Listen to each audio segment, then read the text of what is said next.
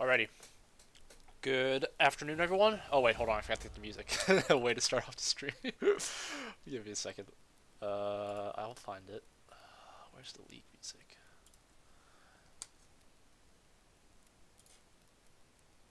All right, cool. So, good evening, everyone. It's February 16th here, 7 p.m. here in Chicago. My name's Elvin, also known as Epoxy, and we're getting our picks and bans started right from the get-go. It's going to be Illinois Tech Division A team as they take on Iowa State University G&E Club. I'm assuming that's like gaming and esports, but let's just go with Iowa for today. And we are gonna have a little bit different. Normally these guys play on Saturdays in the afternoons, but from a reschedule proposition from ISU, Illinois Tech has gratuitously allowed to reschedule, but we are going to have a little bit of a difference in the roster. It's going to be Music X there on the top lane, Blitzkrieg in the jungle, Plu, mid, Zayn, bot, and Boombang support here for IIT. They will be on the blue side. Bans already coming out here. It's going to be the Senna support, or ADC I guess, removed here, and Ornn top, looking like that's focused against the Guardian there for ISU, and then Soraka. That seems to be pretty typical as the crazy usability there in the top lane seems to be something that IIT does not even want a chance. Meanwhile, for ISU, they're going to be going with the Aphelios, Vlad, and Corki bans there for them. And so, looking like that Corki's probably aimed at the Plu mid. And I know Plu normally plays a lot of Syndra, so maybe that ISU's trying to bait that pick out, perhaps? But we'll have to see. In any case, it's going to be the first pick there. Blitzkrieg will be on that Kane there, picked by Music X, and as a little bit different, from our C teams, I don't know if you've noticed, but we usually have to take a considerable amount of time to wait for them because they go through their drafting phase online using ProDraft before actually using the League client. But here in the A team for Collegiate League Legends, they actually work with Riot to get League unlocked, so they will have all these players will have access to all of the 150 plus champions in the game. Let's get back to it though. It's going to be ISU with the Nautilus pick with the Zac jungle there on Ritz. And I don't think I actually announced ISU's roster. It looks like it's going to be Hell's Guardian. I don't know why you're going to have... Why aren't you banned yet for offensive summoner name, dude? Just kidding. Anyway, there in the top. Ritz there for mid. Cade, Kodron. I'm just going to go with Cade for mid. Mr. Muckwater. Muckwater there for bottom, and then Xena support. First set of picks here are going to be finished up. It's going to be looking like a set top there for Music, and one of those champions that's very new out on the Rift. Gonna have to see if ISU has got the answer for that, and it will be Zayn there on the Misfortune bot. And then to wrap it up, it's going to be Cade picking up the Mordekaiser mid, it looks like. I'm not sure if that's going to be a Nautilus. That's got to be a Nautilus support, I would guess. But looks like they're going to be leaving up the mid and top lane. And the Syndra ban will go into effect, as I mentioned earlier. But looking like they did not want to pick that. Looking like IIT did not put priority in the first pick on the Syndra. So Plu will have to work his way around through that. And gonna have to see what else IIT has got.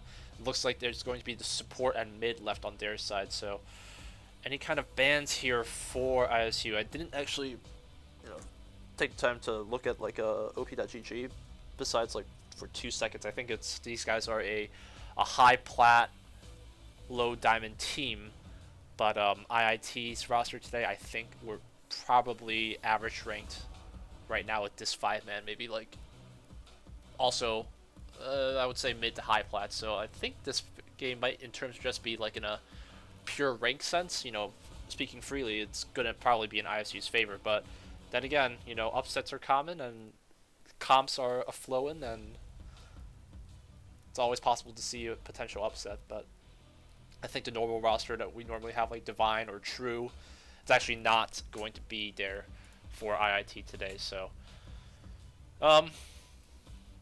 let's see. Other bands I've spaced out for a second. Lissandra and Orion are just going to be taken out, so looking like they're already focusing, trying to... I'm not sure about the... What? Wait. I mean, unless they're trying to bank on Cade not using Mordekaiser mid, and that Mordekaiser's going to actually be top, I guess. I mean, Mordekaiser versus Set could be potential matchup for sure. And then it's going to be... Oh yeah, you're right. I thought the Ornn was... That's true, because Bjergsen played it against Dig, right? I think in LCS last week. So yeah, it is possible to have the Ornn mid. Thanks, Casey. And it is going to be... Yeah, the Syndra taken away from Blue and will be the Morgana support. Looking like that's focused there on Boom Bang. So, final pick going to be coming out here on Xena. But for IIT, they're going to go with the Lux mid and Rumble there for Music X. I think that's definitely one of the comfort picks that Music enjoys playing a lot, and that's going to have, you know, Lux, one of those champions that if her team's doing well, she can do well. That's always been my my perspective on it. But all right, last pick is going to be the Ziggs there, and that's probably going to be in the mid there for Cade. So looking at the final set of lineups, we're going to have Set top lane, Kayn jungle, Lux mid, Misfortune bot. Excuse me. Wait. There's no way. Okay, yeah. So, Set top, Kayn jungle, Rumble mid, Misfortune bot, and Lux support. And then for ISU, it's going to be the Mordekaiser top, Zac jungle, Ziggs mid, Ezreal bot, and Nautilus support. So, yeah, especially in a 2v2 situation, you know, Lux as a support, if your ADC and your lane's doing well, traditionally, Luxus will also do well just because of the all those abilities that she's able to layer together with that potential damage. But you know, Nautilus, we saw if you watched our last stream against IWU, Nautilus has got the potential. If he's got the angle for that hook, that hitbox is gonna pretty much land 8 out of 10 times, even no matter what you think it is. We're gonna be hit with this 3-minute spectator delay, so we're going to jump onto break screen for just a bit. But when we come back, Game 1 on its way, Illinois Tech versus Iowa State. Thanks, everyone.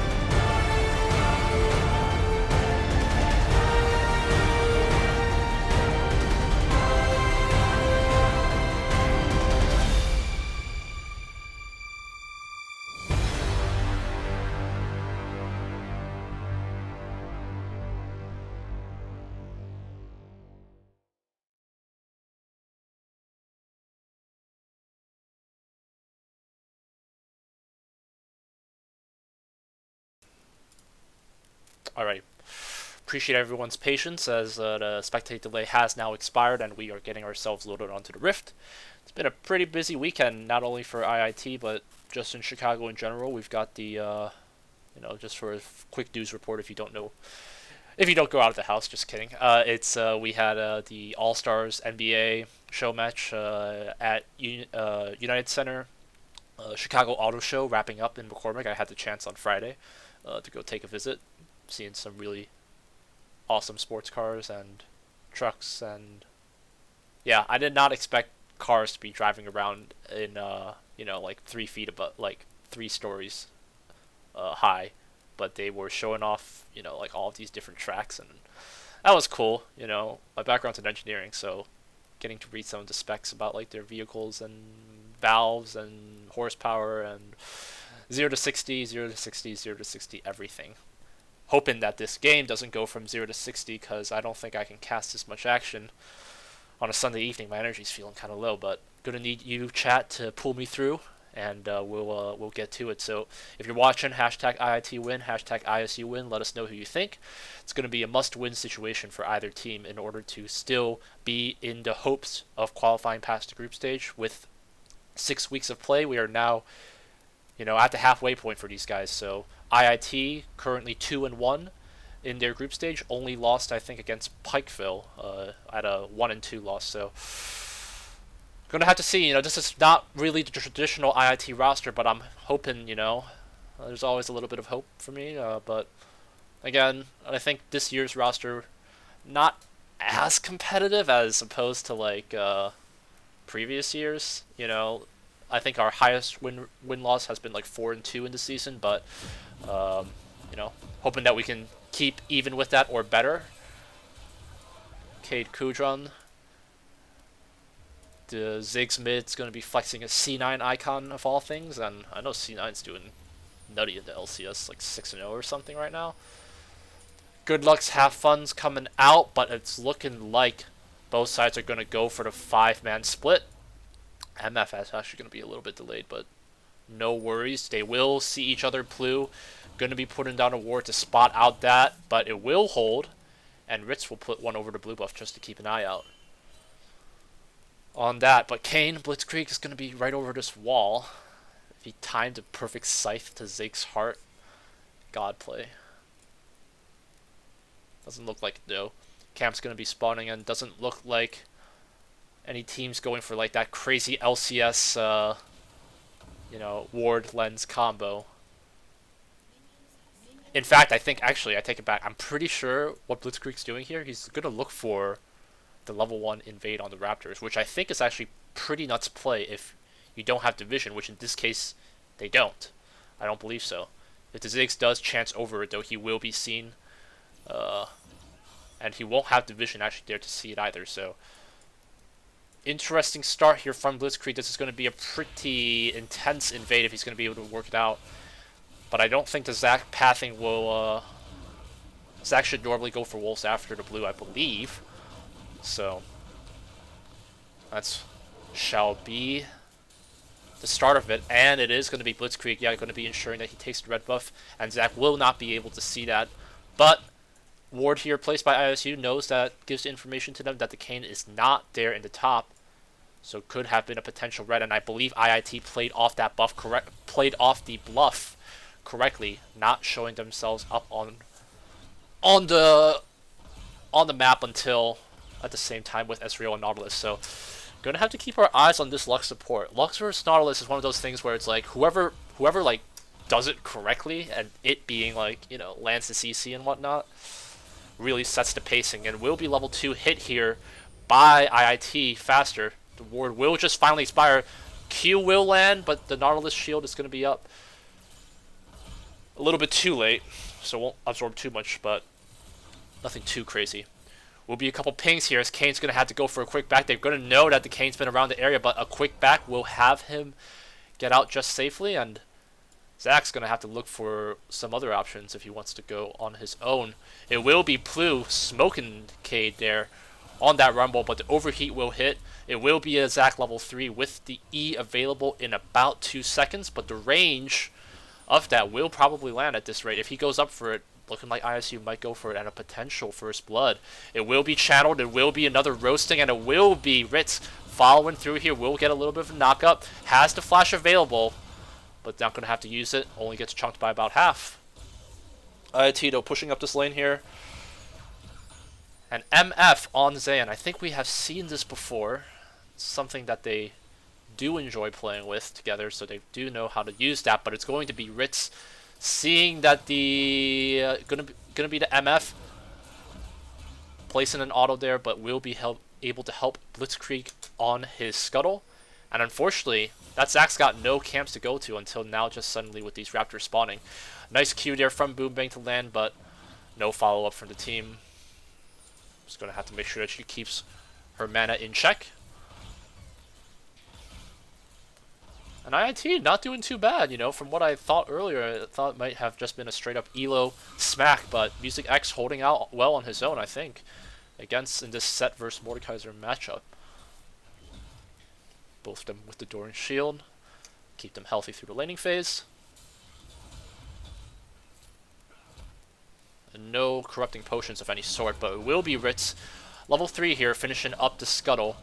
And will have the blue buff available, but is using will have a controller to keep an eye out for it. And I spoke earlier, you know, this could be Music X not wanting to risk a potential first blood. It's going to instead opt for a safe back.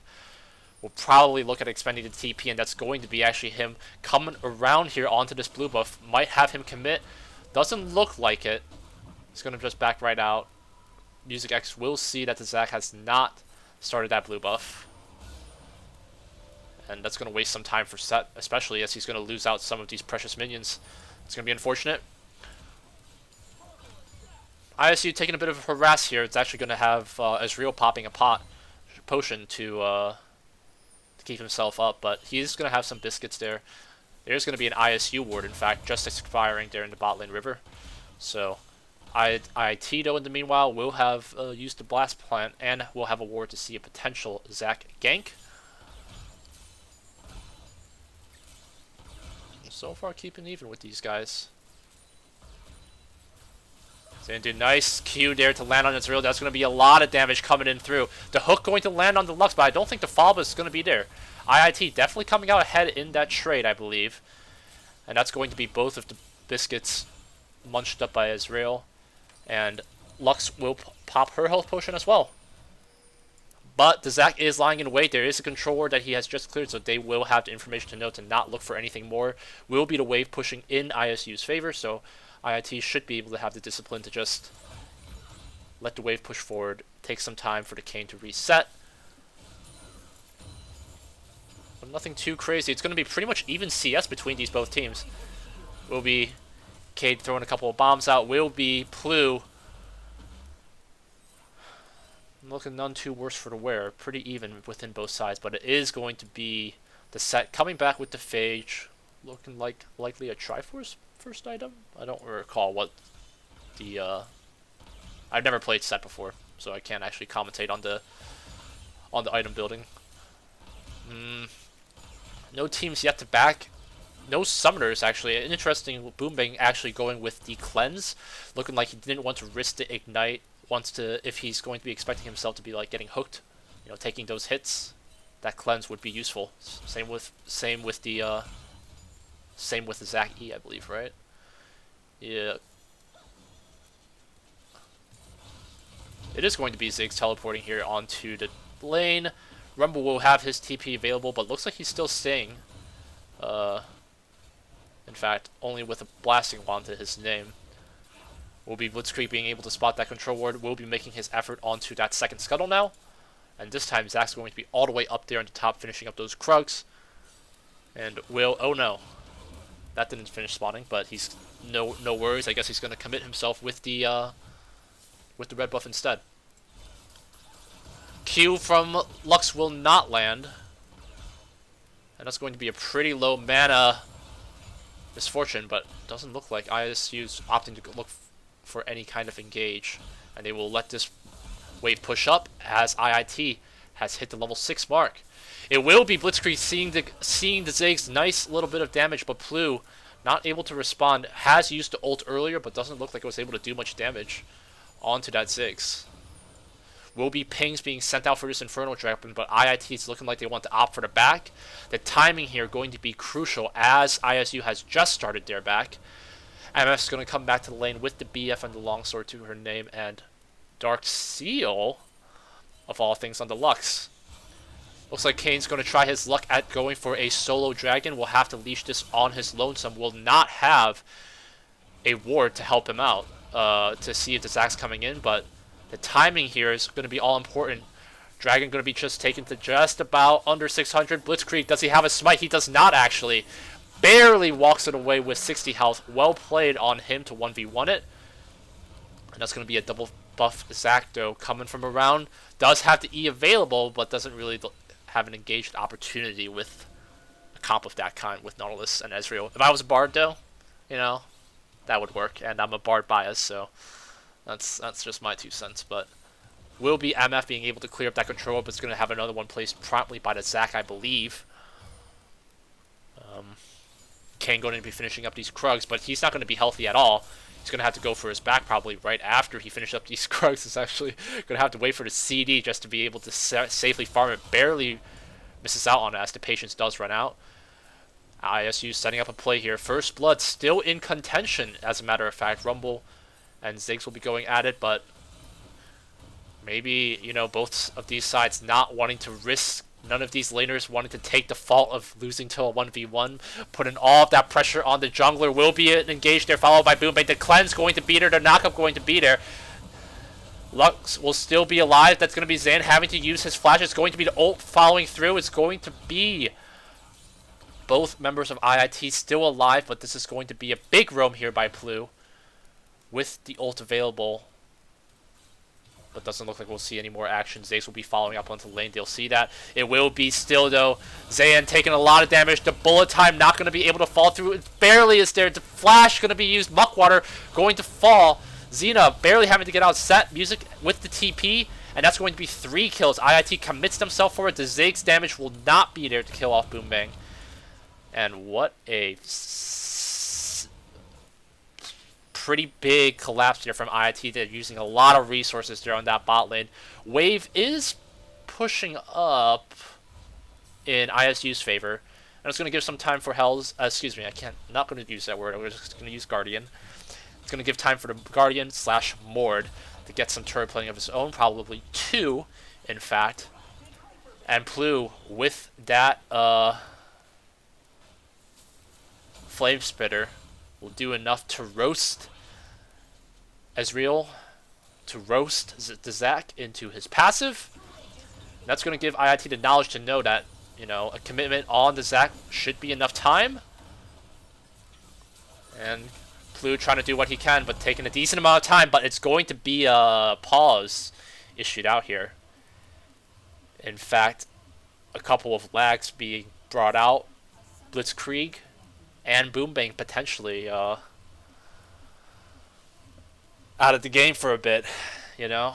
That's gonna always be a thing that I'm used to in college, collegiate matches. But I mean, now that I think about it, I don't think I've ever had pauses in Division 3 in the C team from IIT side.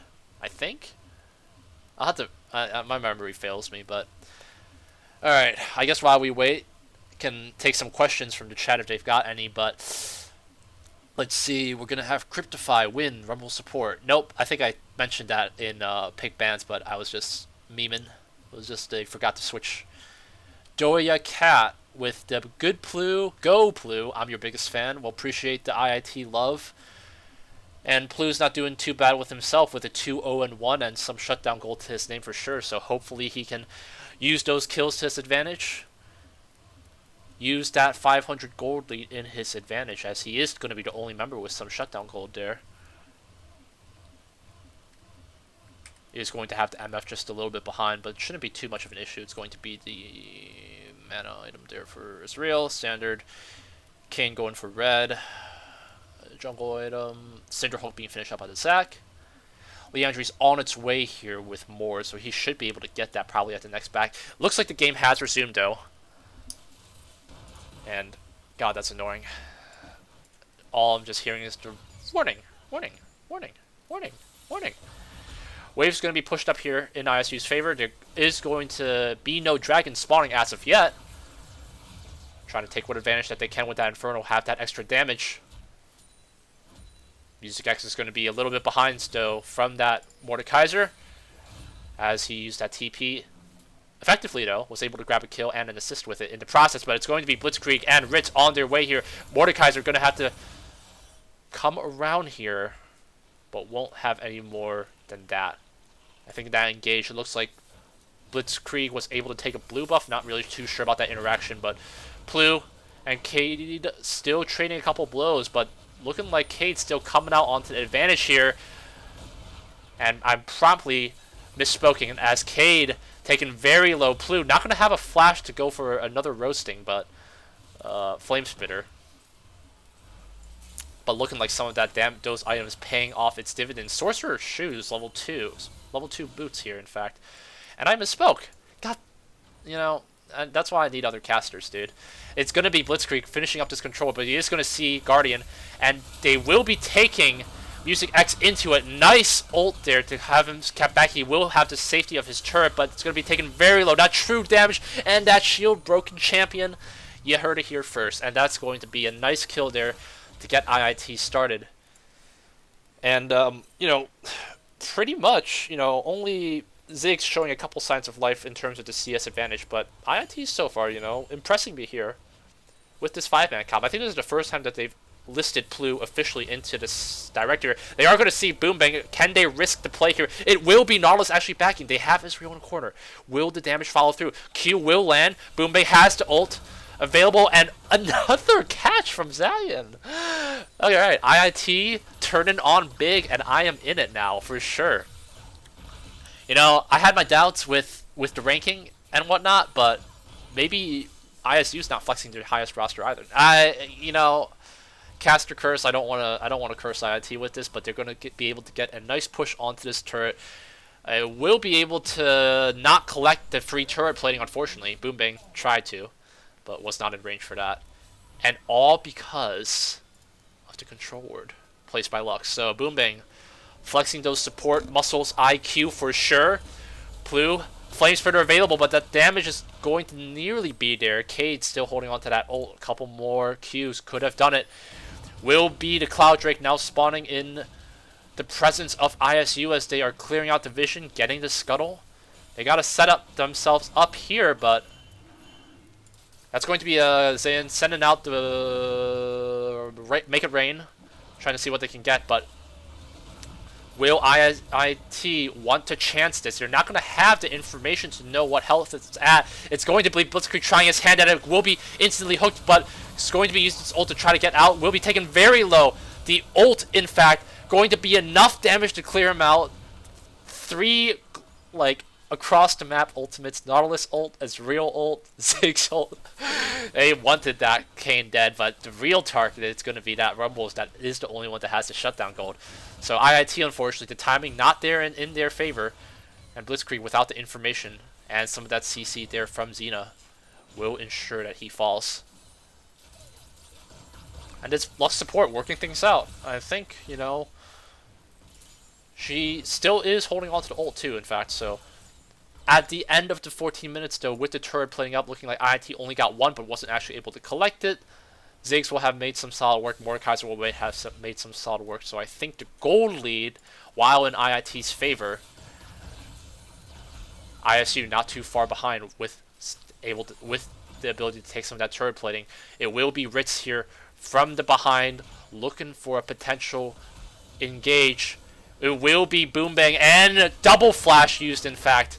Boombang will be falling here with the Nautilus hook, but the damage is there from Xena. Another Q here from the Lux. The cooldown going to be just a couple seconds, but Kayn now here for that emotional support is going to actually be landing on this real. Dude, these abilities, Boombang, have got me going. A something.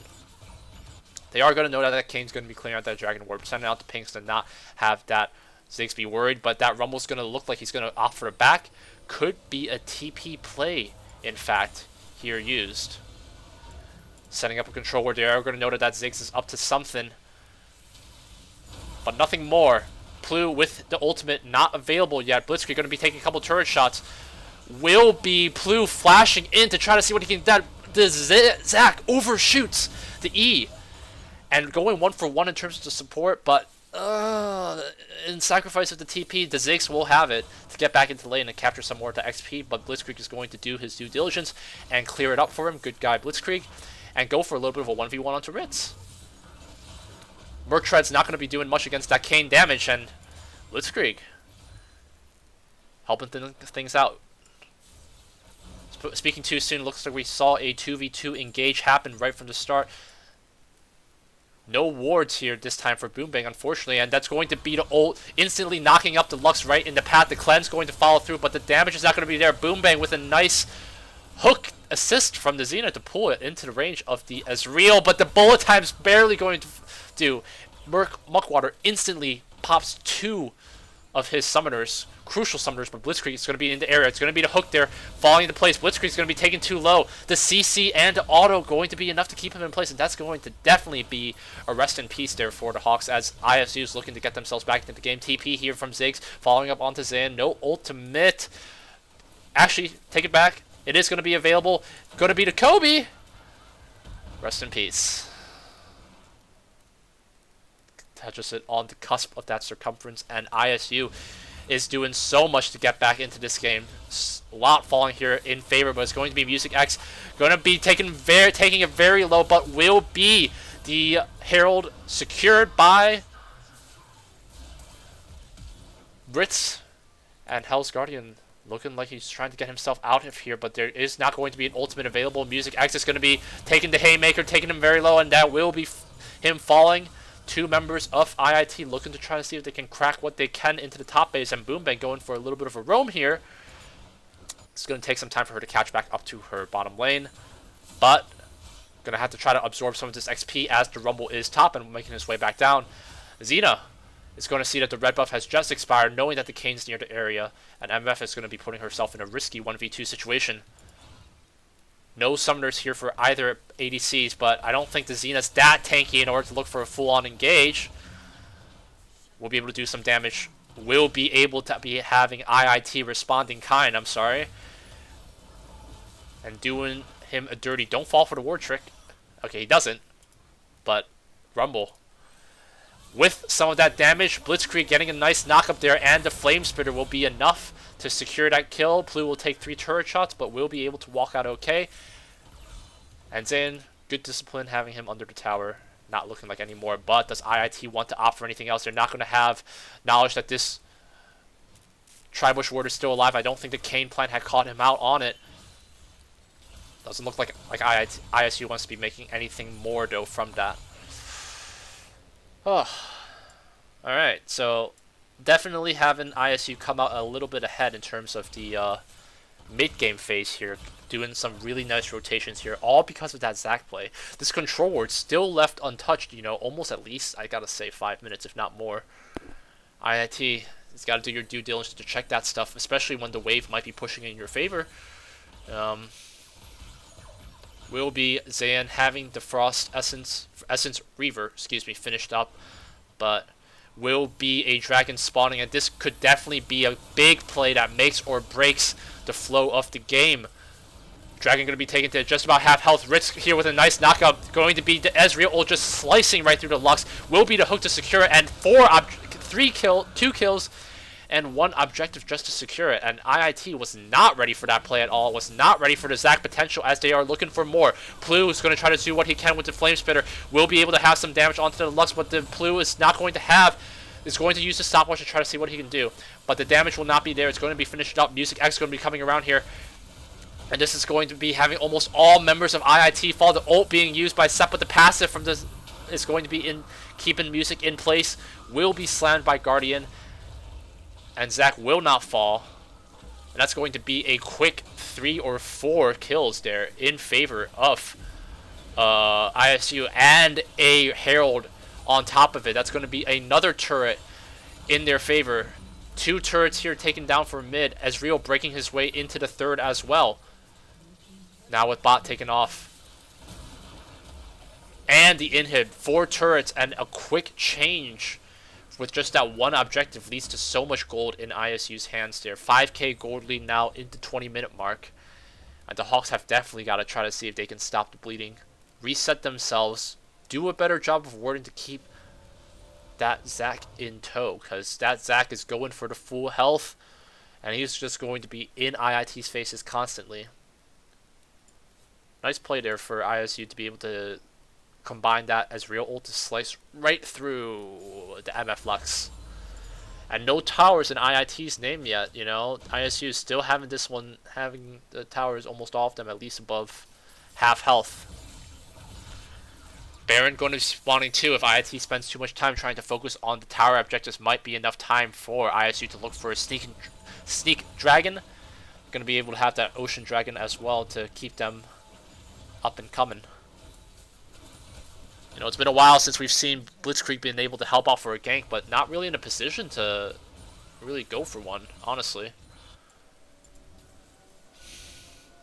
We'll be setting up vision here on the top side. Set's going to have to come a running. He's going to be in a tight spot here. He's going to have to just force himself for the 1v1, just try to do what he can get out. But the hook will land. The true damage will be there, but not going to be enough. Muckwater will have slain Music X. Will be looking like they're trying to make their way into this tier 1.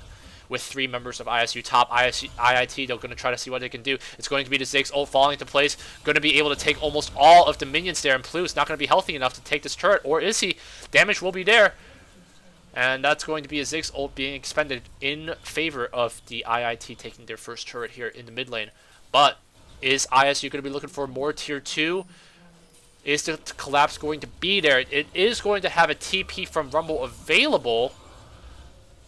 But taking a couple turret shots might not be in his favor. It's going to be Plu getting knocked up. It's going to be the knock up there to keep the Mordekaiser in place, and that's going to be too much damage for him to fall. He's going to actually have to flash out, in fact. The ultimate going to be trying to do what he can onto it, but I don't think that damage falls through. IIT not looking too good here. It's going to be bullet time, keeping the MF at bay. Going to be taking Zayn extremely low. The knock up from Zac to try to keep him away, and and Kobe, once again, taking down MF here, and looking like ISU is going to be able to push themselves to a pretty big Baron power play here once again. IIT, though, not able to set themselves up for their team fights accordingly. That's really the play here, honestly. I think almost all of these big turns were all just big objectives that they threw. You know, this dragon setting it off, not setting themselves up here with the vision correctly in the jungle. IIT definitely going to have to try to see if they can learn from that mistake for game 2 if they got a chance. Will be the Muramana there and Iceborne. You're never going to touch that Israel for sure, so IIT's going to have to make their way through the front line, but that Zac is going to be pretty beefy, setting himself off with the Warmogs now, and at above 3k health is going to be all over the map, and with all of the health in mind as well. Going to be the Nautilus trying to set up some vision. Will be him finding an MF, but there's the damage there. No, that damage is going to be able to, and another ult from the Ziggs is going to have the Zayn be taken extremely low. Blitzkrieg going to try to be using an ult of all things on top of the Nautilus. That damage is not going to be there. He's going to fall, and no jungler with no smite available means that this Ocean Drake is going to definitely be in ISU's hands. And unfortunately, I don't think the Hawks they're just trying to look for any pick that they can, but the Lens is going to capture her. Boombang with a nice little sidestep to get away from it. But that Nautilus hook setting up a decent amount of games there, decent amount of plays there, for ISU. We'll be able to take the tier 2 and the Dragon there through this Baron play. So that's definitely going to be able to push the lead to at least maybe 1 or 2k gold in their favor with some of those objectives. And the 2 Ocean Drakes on top of a Warmogs means that those guys are going to be really tanky. No armor really as of yet through the Zac. That's maybe the best bet that IIT's got. If the Zac dives in too deep, maybe they've got something in mind. But the armor is going to be there with the Thornmail on the Mordekaiser. You're never going to touch that. Nautilus also too with just this insane W with the Knight's Vow and Zeke's as well. MF is definitely going to have a hard time to be able to carry through with that damage. But, you know, this is all an objective-based game. You know, CS-wise, it's not that bad. But Baron buff will still be alive. Zach E will not follow through, but IIT is going to have to get their base broken into from the start with this inhib here in the mid falling down. And only 2 turrets taken down. Going to need a miracle play here as Baron buff is still available. Looking like they're trying to push these minions out. Trying to look for a play here. They're going to try to force it onto Cade. Flash here, in fact, from Blitzkrieg. But the damage will not be there. Ezreal flubs an ult. Music X is going to try to do what he can, but the bullet time is going to be there. Lux with her ult. Zan going to be taken very low, but will fall. Ritz is probably going to have his passive back up, and no members fallen there from... And as a last stand play, though, I respect IIT for it. They knew that they didn't have much of an option trying to keep waiting it out. Had to try to go for something, but unfortunately the damage is just not there. The ace will fall through. The flash there from Kate to just avoid any more turret damage, and the supers now going to be coming in through these gates. Looking like ISU is definitely going to be able to close out this game. Making quick work of these turrets. MF going to be the first one spawning back at 5 seconds. She will probably just be able to respawn just as her Nexus falls, and looking like that will seal the deal. 27 minutes in, ISU taking to game 1 here, 20-8, 49.7 to 39.2k gold. And a quick couple of big team fights there. At least IIT stranded, in fact. You know, and that's all in the 5v5 play, baby. Looking like ISU has got their team synergy down pat. IIT has got some work. Okay. Let's take it back to spectate. Oh yeah, I forgot that these guys don't have any time to wait for me because of the delay. Whatever. Thanks for waiting. Appreciate it if anyone from ISU is watching, but will be Iowa State putting themselves on the board early. Hawks now at a 0-1 deficit. It's going to have to make sure that this game too. Can they improve that mid game? Can they improve that 5v5 team fight? Because that's the real question to see. You know, looking like those guys are able to set themselves pretty much for every objective on time. And unfortunately, you know, in this kind of high level play for collegiate, those kind of small misplays will add up, and ISU definitely took advantage of that. You know, I don't fault Music at all for the TP play. I think that was good that they were able to collapse on it while they were such in a good position too. But unfortunately, just, you know, a couple of big objectives lost, plus some just like bad mishaps, has ISU not give any room for error and take it all. So getting ourselves now into this game too. Got to turn back on my music. Alright, so it's going to be the Corki and Vlad band once again here from ISU, as they will now take the blue side here for game 2. IIT, meanwhile, is going to go for the Senna and Aphelios. I think we saw an Aphelios banned from game 1. Don't remember if it was Senna also banned from game 1, so... Whew, excuse me.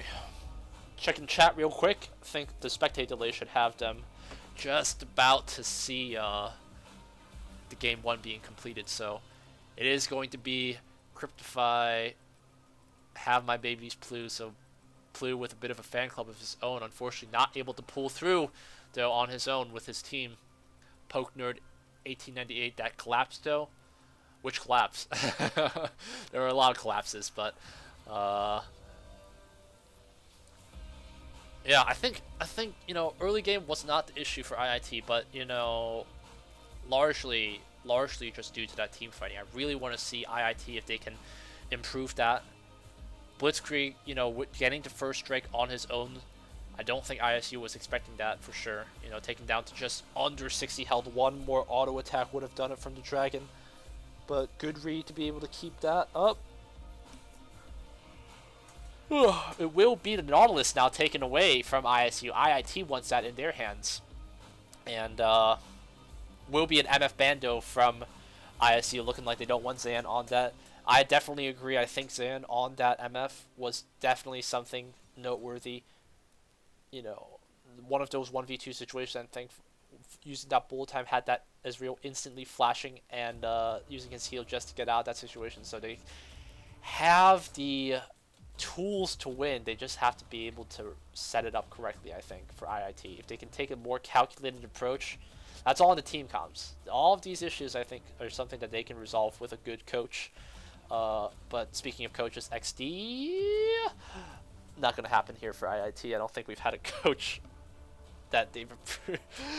Anyway, I'm not going to go into it because I'm going to be too toxic if I talk about coaching and management for IIT. Anyway, it will be the Zacto there, and I agree with that. Taking it away, I think actually it's going to be a roster change because I don't know if Badger was used in jungle earlier. Huh. Anyways, looking like an Ornn, and as I've been told by chat before, it could be an Ornn mid. It's going to be the Gragas jungle. It's going to be the Ezreal mid. Followed up here with IIT. It's going to have music on the taking the Nautilus. Kayn on Blitzkrieg going to be taking that Kayn once again.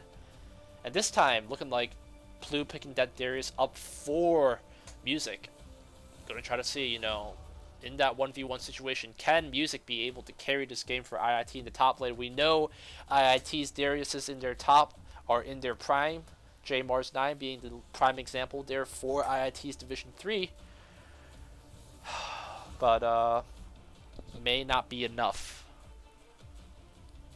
to be able to handle the ISU onslaught.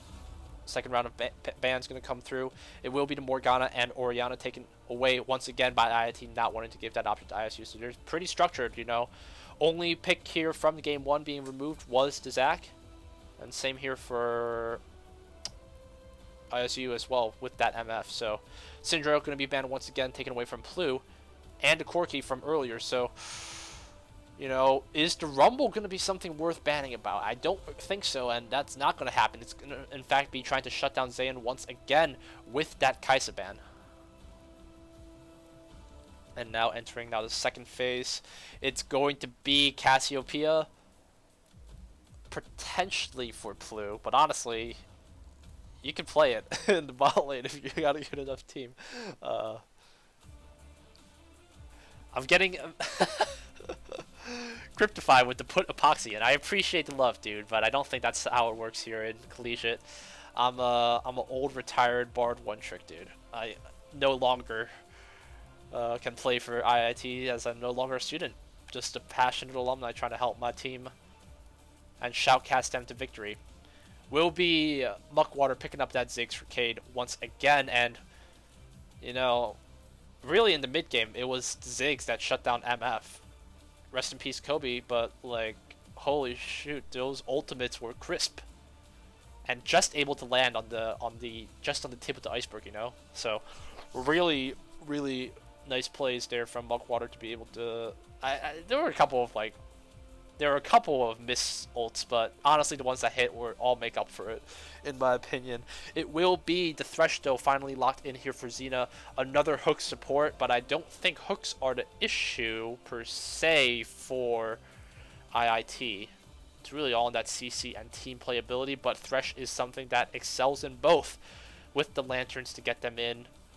You're going to have a speedy Predator Gragas pulled in from a Thresh Lantern comboed with a big Graggy ult. That's going to be some nutty damage there for sure. But it is going to be looking like that is going to be the Cassiopeia bot. I called it. Zayn and Boombang not unfamiliar with untraditional picks, and I am glad to see that even with their backs to the wall, IIT is not going to relent. Still going to try to put their best foot forward, and here with these untraditional picks, a Nautilus hook combined with Cassiopeia pull silence is enough to do some of that damage. But if the Gragas is around hovering all game, could be enough to pretty much, if that Thresh lands a hook on the right guy, that follow-up damage could be too much to take potentially. Hold on. Spectate delay is going to hit, and the Echo will have been the last pick there for IIT. So we're going to get ourselves into that commercial break. Or, not commercial, but you know what I mean. Into that break real quick. We're going to get ourselves into that spectator delay. And when we come back, it's going to be game 2 between IIT versus Iowa State.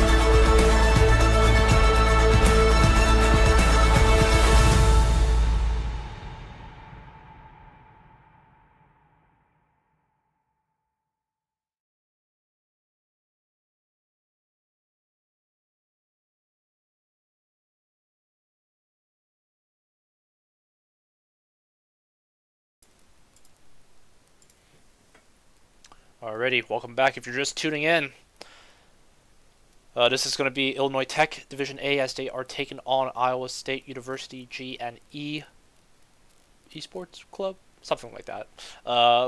It is going to have ISU on the board early, taking a pretty interesting Game 1 victory. Looking like IIT was in the driver's seat for the early to mid-game phase, but a couple of quick coordinated team plays and some small missteps from the Hawks had the game spiraling to ISU's favor. But, hoping that both teams reset, cool off, and get their heads together because we're getting ourselves into Game 2. It's going to be Guardian on the Orin top, Badger, Gragas jungle, Cade Kudron on the Ziggs mid, Muckwater on the Ezreal once again, followed up with Xena now this time on the Thresh. Prestige edition, might I add. Meanwhile, here for IIT now on the red side, it's going to be Music X on that Darius, Blitzkrieg on the Kane jungle, Plu, Echo mid, Zayn, Cassiopeia bottom, and now the Nautilus, the dreaded Nautilus, on Boom Bang with that Aftershock. So it's going to be pretty standard in terms of summoners. Both sides going for the TP, looking like both sides acknowledging that the need for these team plays are what's going to make or break the game for sure. I am definitely a fan of that, and I am definitely not a fan of big pauses because we got mid was in bathroom, we good now. God damn it, Flu. That's when you got to pull out the old esports trick with the 2-liter bottle, and that's the end of it for sure. You didn't hear that from me. So Game 2. Let us know if you're in chat, if you're watching. We got some solid 8 viewers here on my very small stream. Give some love to who you want to win. Hashtag IIT win. Hashtag ISU win. Can the Hawks bring us to a Game 3? And we're going to have to see for sure. For me, I think the potential is there. It's got to be all in the team comms, but with Music X as a new lineup, I'm not too sure. Once again, Blitzkrieg coming in here on this mid bush. It's going to be Badger seeing the Plu, and we'll have him run all the way back. But Kane, once again, with a potential interesting invade on the Raptors. Could be a strategy employed once again. It is going to be sending a ping out for that. They are going to know that Muckwater is around the area, but this is going to be a Gragas coming around for that red buff. This will be very risky if he commits for that, because if Gragas finishes red fast enough and he runs into if he runs into Kane, he'll get instantly pinched by the Ziggs. So, I'm not one to commentate on summoners used within 1 minute because that happens all the time in invades, but if you're in a jungling situation and you don't have flash like that, that's going to be a rest in peace. So it will be Kane sneaking around here without vision, knowing that the red buff might be in contention, and Blitzkrieg is going to have to Blitzkrieg right through these Raptors. And it will fall through. Level 2 being used. Holy cow, if he get... Oh my god! The absolute Chad takes the red buff away from the Gragas. What an insane play. The timing... If you're watching this, please put like 5 Pog champs in the chat. I did not know that was a thing that you could do. Like, the Kane to have the actual balls to go through that. And he's going to make short work of these second Raptors as well. Ward will cash him out, but at this point, who cares? This Gragas has got the leash on his lonesome, dude. And that's going to be IIT taking a really nice start, Waste the time of the of this leash here. But it will be level 2, hit upon, and, I'm not one to say skins get you wins, but god damn it. Why do you need to flex so hard on IIT, okay? We're South Loop Chicago. We're not a scholarship school, but it will be Gragas coming to return the favor. Will not have the Ignite available, but will have the double red. And not looking like he'll go for any more, but the collapse is there from the Echo. Trying to bait him out where he can, but it will be Zayn falling around here. It's going to be Badger in a very tight spot. The hook is going to be there from Boom Bang or not.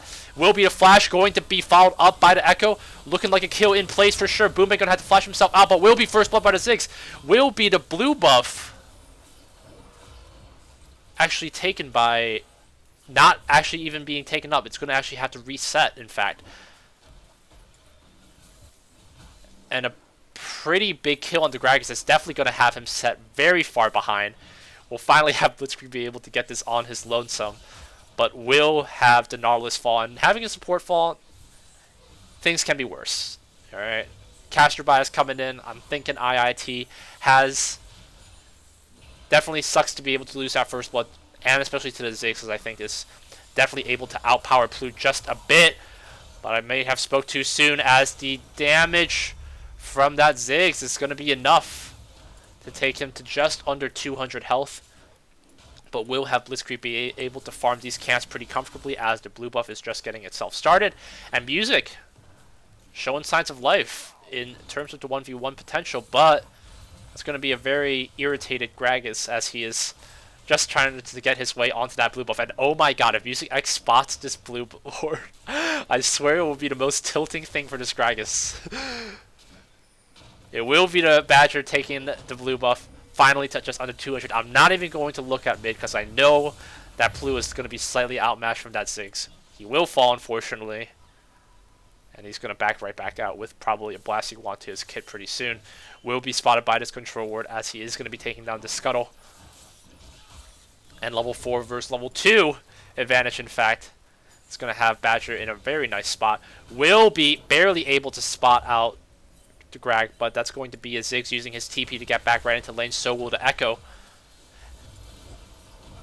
And actually, looks like both Plu and Cade pretty much even in XP. Nice hook there. Nice root from the Cassiopeia to follow it up. And that potential is there. I like it from the Hawks. They are still flexing that 2v2 muscle. You know, don't count the Hawks out, guys, if you're watching this. I need like 5. Yeah, for sure. Zayn making good progress in pushing this wave forward, and setting the Grag so far apart gives IIT the advantage to know that, you know, you shouldn't be too worried about a Grag ult, because I've already set him up to the point of 2 levels behind, in fact. I assume now IIT going to commit themselves with this back. Cassiopeia are going to come back with the tier, and Nautilus will probably have some meteor items to keep himself healthy in the fight. Or not. Wait, what did he just sell? Oh, he got... What? Just boots? Why not Ruby Crystal? I think in Hook versus Hook, as Nautilus, you shouldn't really care about movement speed prioritization. I think it's got to be, like, health. So unless he didn't have it, like, if you actually did not have enough, he's 500, so you start off with 500, 700 gold, like, so you get... I don't know if he... I'm very confused. I don't know if he... You don't buy stopwatch from the beginning, did he? I don't know. I don't know if that stopwatch was automatically given to him, but if it was, that's... I don't think it was, because you don't have enough gold. Stopwatch is costing 600, right? So... I'm not really sure. In any case, will be Boombang here to help out, as IIT once again makes their way on a first dragon, and a nice conversions here takes it to about 1400 health, but the Ziggs is coming down. Plu's definitely got to beat it to keep it in check if he's not there with his team, but he's going to be taken very low. One more auto could do it. It is going to be the Red Dragon secured, and another 1v1 play. That Ziggs is turning on big, and it will be Blitzkrieg barely able to take it out. Will be the follow-up flash plays there, and it will be Xena fallen to the Blitzkrieg to be able to claim that kill. Pretty action-packed game here going on here. I think I saw the Nautilus fall. Wasn't able to commentate on that, but with Zayn and Blitzkrieg, they are the last hopes I'm looking at in terms of able to put this team on their back, put these guys to a game 3, because I don't think Plu's going to have it in him to be able to carry through in terms of team play ability in this matchup. Looking like that Cade is very comfortable on that Ziggs, and Plu getting banned out multiple times with that Vlad, with that Syndra. It's not going to have much of a chance here. If anything, I'd encourage you to go tank Echo, because I think you're going to have your damage there anyway with cast. You know, it's a substitute practically for mid at this point. Because the Darius and Ornn lineup here, and these guys are still hacking away at it, and Music, in fact, showing a bit of a CS lead. And if Music X wins a 1v1, well, maybe we want to think about putting him in a permanent roster IIT because he's able to maybe follow it through. In fact, will be him pushing the advantage, but the axe will not fall through. The damage is going to be there. The knockup going to be there as well, and I take it back. The 1v1 in Ornn's favor, and I'm glad I'm here watching it in the top lane. It's like every time I go to the top lane, it's like the perfect time. Not to like jinx it, but good lord. Muckwater is going to be taken very low. The E going to be rooting him in. The damage will follow through, and another quick 2 kills. Blitzkrieg pounding on this bot lane. Ezreal, this is payback for all of those level 6 ultimates that you sliced through Boombang, and Boombang has had enough. Will be grabbing Jess about to hit level 6, not even with the red buff, in fact, actually. So Kane doing a really good job in terms of setting this Greg away from this fight and taking clear advantage, and finally some turret plates here for IIT's favor, in fact. Going to be the Codex, Lost Chapter, excuse me, not Codex, built up here on top of tier, so that's going to be the Aether, right? Seraph, Aegis, or whatever, I forget the items' names, but nice little sidestep as well, but Gragas is going to be there for that fight, looking like they might want to commit themselves onto something. Predator going to be activated, but that is going to be a flashless Cassiopeia. IIT going to have to walk themselves right back out as they do see the Gragas is about, but that's going to be fine as Kane is going to be finally hitting that level 7. Both of them going to be... Oh, doesn't look like it. He's actually going to just trot his way back, I guess. All the way back to the blue camps. K doing pretty well on his own 1v1, but Plu's going to try to do what he can, but he is getting bullied there on that top lane as a 20 CS lead from that Ziggs is starting to show. But impressive for the Ornn to keep himself in that 1v1 and going for that full tank.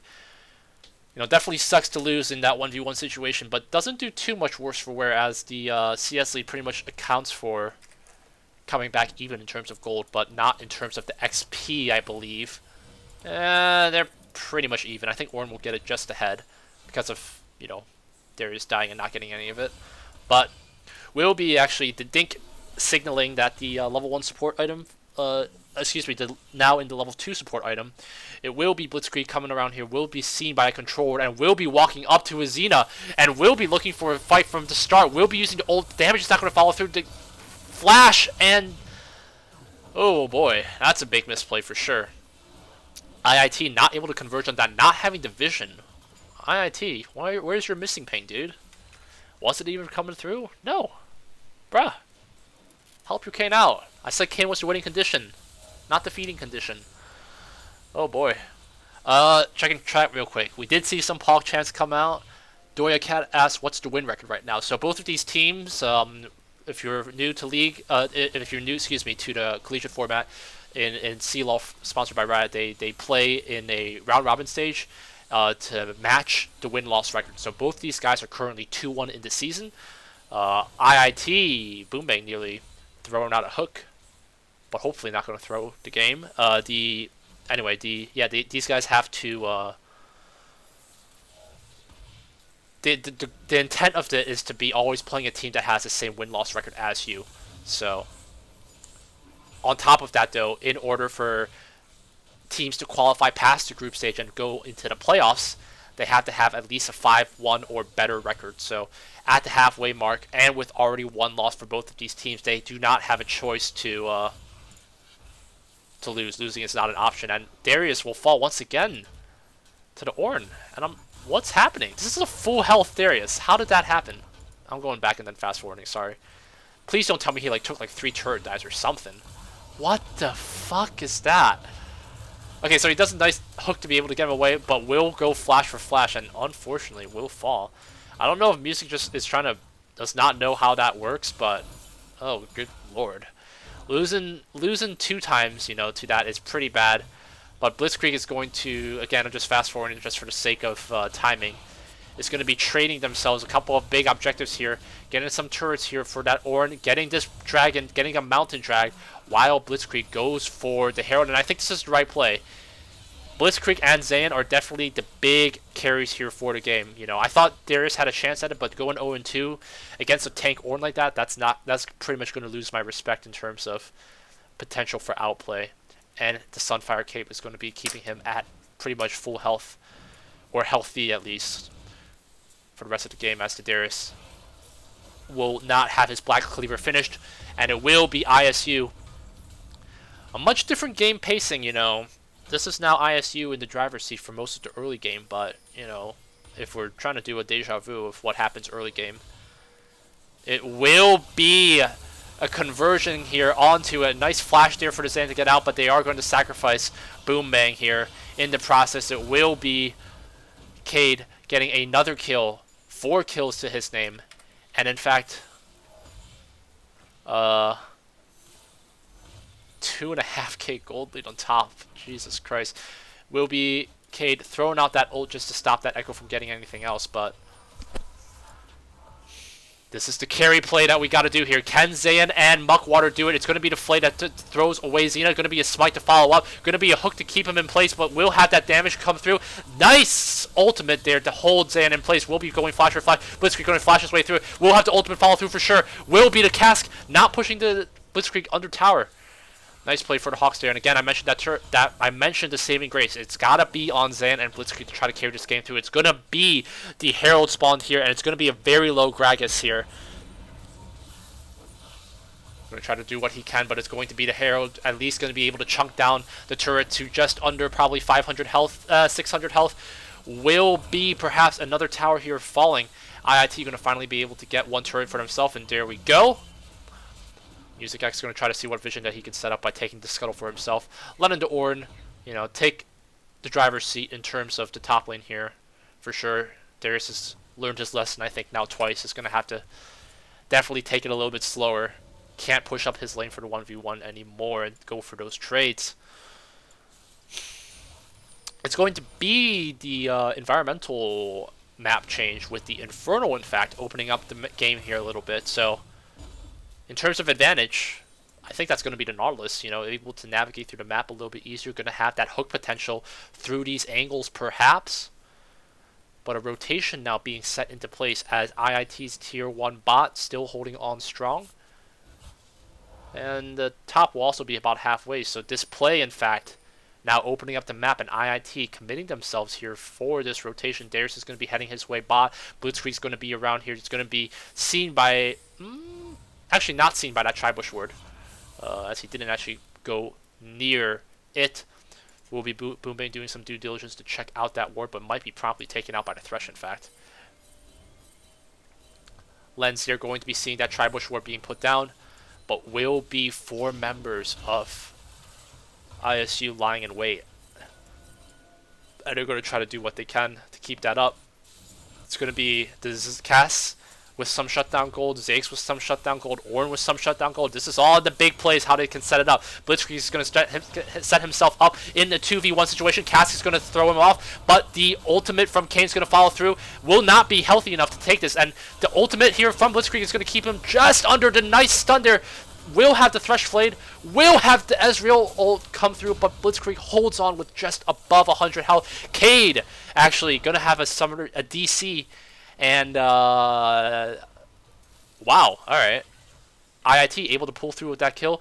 Echo going to be here to pinch that Gragas in. I don't think they can look for the dive. It is going to be having to have Zan push this wave in, but they're going to try to coordinate it. Red Buff going to try to do what they can to hook him up, but Zan going to be taking 2 shots at the turrets. Good lord, his hair embrace going to be there, but enough to push Gragas forward. Not sure if that's a bait or intentional, but it works out either way. IIT, God, what is it with these abilities to for teams to turn it up in the midway in that mid game phase? So it's going to be giving enough time for sure for the Zan to continue to push this lead forward, as I believe that Greg was level 8, so 2 levels ahead in terms for Blitzkrieg. So can Blitzkrieg and Zan push this game out and carry this team on their backs? The issue is that Ziggs for sure looking like the DC was, I think, on Cade, so, you know, not to be toxic, but I'm hoping for some more toes to just do whatever they can to have the Hawks win. If that's toxic, I apologize, but again, you know, I think IIT, they've got the tools. They've got the Cass mega ahead. They've got her with that Ceres. They got her with that Banshees. She's 2 items. She is a full half item. She is pretty much a full item ahead of that Ezreal, I think. 2k? 1.5k-ish. No. No, it's about 2k. Will be Thresh trying his luck onto the hook. Not going to land, but Music X looks like they want to go into convergence. Flash play here. Ezreal will E out. He will not have that available, but they are going to commit themselves here. Boombay going to try to go for some damage of his own, but going to be taking a couple shots from the turret. No worse for wear, but will be Xena lost from the fight here. And looking like the Infernal Drake, and we've seen these dragon plays before, and IIT's not going to risk it. Plu coming here. Get your PogChamps ready, chat, because this is going to be probably one of the big fights that make or break the game for these guys. Going to be 2 control wards here in the pit. They're going to know what's going to be happening, but in a 5v4 situation, does the Hawks have the tools to go for it? That's going to be a very low health Blitzkrieg. That's going to be a very low Zan. Going to be the cast to keep him in mind. The smite will not be able to go through, and the fight gets itself instantly started. Plu going to be there, going to see what he can get onto Ezreal. Boombay going to be finishing off Hell's Guardian. Going to be the Orin falling. Going to be there. Music X following up here onto Ziggs and Gragas. And IIT coming out with 2 kills in their favor. But Ziggs, with the ult not available, will not be likely able to look for a steal. Plu is going, Blitzkrieg going to have his smite available, but the harass from the damage is there to Zan with a flash play to try to keep him off play, but oh my lord, the plays here is so bad from IIT. Why? Just commit on the dragon. They have nothing. And an insane misplay here for these guys. They're going to try to do it. That's going to be a cape. That's for sure, but the Kayn will fall. It will be the Ornn TPing in now with a ton of items. With the enhanced Forge Fire Cape, not a ton of items, I misspoke, but big misplay from the Hawks. I thought they could do it with the 2 kill advantage, but they are too shy of that Ziggs. And with Nautilus, I don't know if he had flash earlier, but if that was the call, I would instantly tell my Nautilus to flash auto that Ziggs, because you don't make Zayn do it. His flash is too valuable to be used for something like that for a flash engage potential. Jesus Christ. It will be a shutdown gold, though, fallen, I think, actually, in fact, into Ziggs' favor. I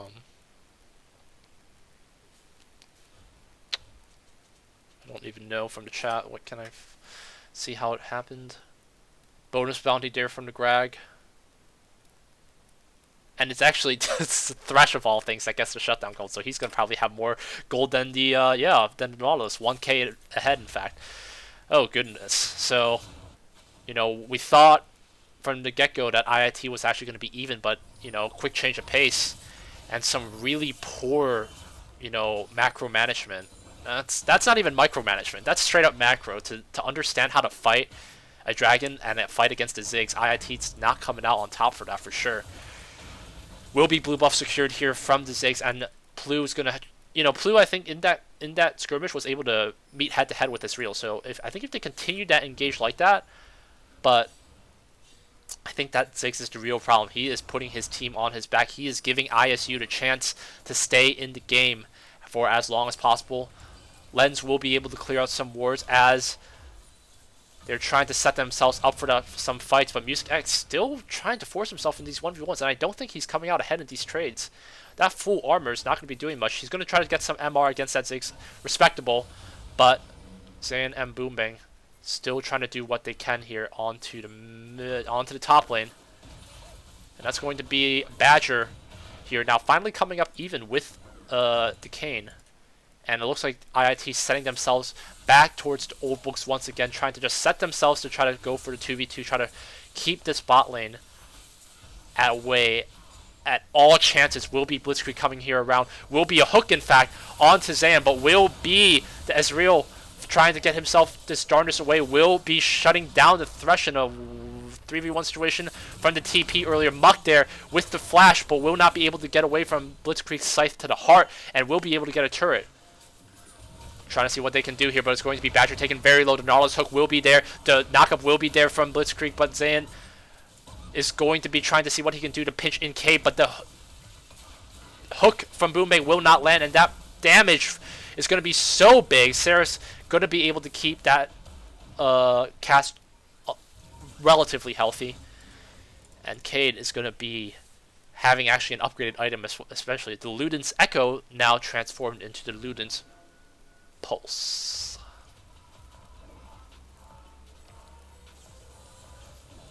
So IT coming out a little bit ahead in that. In fact, actually a 2k gold lead for them. In fact, so if they can be healthier, I think, for the Dragon, not try to take too much of that Ziggs poke, that's going to be for the best, as the Ziggs is going to have that Liandry's disease, going to have that burn damage, and if IIT doesn't opt for some of that MR, pretty soon they're going to find themselves in a pretty tough position. If anything, and I think that's the Oblivion, so that's going to be, what, Morelos?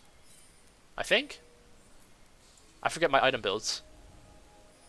It's going to be another Infernal Dragon spawning here, and IIT with only one to their name, ISU with the Infernal and the Mountain Drag as well. So can the cooldown reduction pay dividends offer here? Honestly, maybe for the Nautilus. I think if IIT is able to strongly engage with that Nautilus, have him be healthy, take all of those Ziggs shots to the face, just keep him at bay, I think that's got to be the winning condition. He's going to have the Gargoyle Stormplate. He is going to get his way through that redemption, going to try to get himself started on that, but no bushes here to keep anything in mind. IIT going to try to do what they can to clear some of the passage. Will be Booming getting hooked here. Will be in a slightly awkward angle. Will be Blitzkrieg throwing out a couple of the cask, going to follow through, but not going to be actually bringing Blitzkrieg back into it. Hook will miss from Xena, and Xena not having the best of games here in terms of the Thresh supporting. But we'll be having, I mean, he did come through with the 1v3 situation in with the super low members, but honestly that was more due to the Ziggs. Ziggs not going to be in this fight, looking like Echo trying to divert the attention away, but they are going to have the TP available. It is going to be the stopwatch being used by Gragas to try to keep him away. He is going to be able to have the damage coming through to Ezreal, Ult going to slice through barely only the Darius, and that's going to be Ziggs TP going to be used, but is IIT going to fall for the same tricks again? They are going to try to push this Dragon out. They are going to have the Ziggs available with his ult in mind, but if that Blitzkrieg gets too low, it will be able to come through. Nice to secure it, and that will be 2 Dragons for 2 Dragons. IIT able to finally get themselves into a nice rhythm here. Is going to be Plu looking to get himself in for this turret, but he's going to have to ult himself out. Ornn still in the hunt here with his ult available, but looks like he's going to let the Ornn go free. And Blitzkrieg now able to doing the right thing with the Merc Treads, getting that Spectre's Pakal, respecting the Ziggs damage for sure. And I agree. But speaking of Liandry's and burn damage, it's going to be Cassiopeia with coming back to the game with hers. And, you know, for her, Banshee's Veil is the correct item with that MR in mind. So teams are building correctly this time. And I thought I was going to say Redemption, but it's actually going to be the Shurelya's, which I think, in terms of an engaged potential, it definitely comes out on top, because I was questioning, because you don't do Redemption on Nautilus. Not really. Maybe on Thresh, but I don't think I've ever seen, like, Thresh.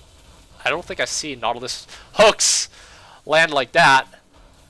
Will be 5 members of ISU grouped around here. Echo is continuing to split himself up to try to see what he can do. The wave clear is going to be there for sure. Cassiopeia will be able to do just fine on her own, as the Baron Vision is going to be set up, but IIT will have that Scuttle secured earlier, I think, by Blitzkrieg. So this is a close game here. Neither team willing to really give it up, and IIT pushing that gold lead up. They're going to use that Shurelya's to try to get themselves around the map, but not going to see any members. Will have the Thresh lying in wait, and don't get baited by that control ward. They know ping's coming out. IIT showing good discipline to not get baited by that control ward. Don't have to worry too much about it. You're going to have a split push Echo. Just wait for the Echo to get big. You've got the cast you've got cast with infinite amounts of wave clear. Don't worry about it. It will be the hook. Excuse me, the ult being thrown out by Ziggs, but no worries for him. Even without the Cloud Drake, he's only got 45 seconds until that's coming back up. And it's going to be the 1-3-1 approach that IIT is going to go for. They're going to try to see, looking like they're not able to force IIT's hand, and they're going to try to have him push these minions up. Music X going to be doing some gardening, and actually able to push the Goldie back up to 1k, but now it's going to be Blitzkrieg taken very low. The ult going to be following through. The damage there from Zan to keep him in place. The flash going to be there, but Ezreal going to eat over and be able to take him out. Predator here used by the Gragas to get himself out of that hairy situation, and this is going to be 4 members strong, but IIT is going to look like they're going to try to commit themselves onto this Baron. No vision yet. Music X is going to have his TP not available. Looks like he's going to have to try to commit himself towards this tier 1 bot. It will be Nautilus landing a nice hook on a couple members. Zayn barely going to have to come through here. It's going to have her taken very low, but the damage is going to be there. Saracen Brave's going to be keeping that Zayn just alive, but the hook flash play from the Ezreal is going to kill her, and Boombang going to have to flash out as well. Shirley is going to be used once again for the movement speed, but will be able to have Music X hold Guardian back. Will be having to go for a pretty tough 1v1, and Music X in a disadvantageous position, but unfortunately another attempt at the play will only have the Echo remain alive against the Thresh. Hold on. So I thought this fight was nearly done as I was going back to the top, going back to the bot, but a nice hook from Boombang, but that's a really big gamble. Going for the flash play, in fact, barely has him come through. This is a close game. Neither side willing to relent, all sides with their guns blazing. But in that engage, the lead is still about 3k advantage. It will be Blitzkrieg trying to clear out some of these wards, and it will be 5 control wards, in fact. So, good guy Music, you get my respect for being the good teammate. You know, coming back in with the control wards, good guy to keep it in check. Will be Blitzkrieg trying to do what he can. He's going to have to try to make quick work of the Scuttle if he wants to be able to get it soon, but members of ISU just leaving the gates now should be able to have Blitzkrieg get it, and that'll definitely help things out. Going to have 2 control wards being seen here. Should be able to take them out. And as we get themselves going, how is IIT going to respond? I think that 1-3-1 was paying off, able to catch up, push the goal lead up in favor for them. Gregor's going to be using the Predator, will be spawning a couple wards here, but IIT with the advantage with that Scuttle to keep themselves in mind, and that's going to be a 3rd Infernal Drake spawning up in the next minute or so. And is that going to be another make or break play? What's IIT going to be looking at? They've got 2 TPs available. TP used by Ziggs earlier for that big dragon play, I believe. And it is going to be the Echo looking at the split push. It is going to be Boombang taking a couple of chunks there. Leandra's damage going to be doing some work. It's going to be Blitzkrieg. They're going to commit themselves. They're going to be able to get the hook. The super mega knock up to the death. And they are going to finally shut down that Ziggs. Nice play there from the Hawks. And are they going to try to go for the all-in here? The Ornn ult going to only knock a couple members, but Blitzkrieg is just going 1v1 on that Ezreal all the way under turret. The damage is not going to be there, though. Nice knock up. Muckwater, though, trying to see what he can do. And in the meanwhile, Cass able to take down the Thresh. And in all of this time, Plu, in a 4v5 scenario, IIT able to push themselves through this. Going to get some chunks on this turret. And this is going to be a decently big Echo. That's a 3-item Echo. But the MR is going to be there from the Ornn to keep him. Actually, no MR. No, excuse me. There is. In Infernal Mask.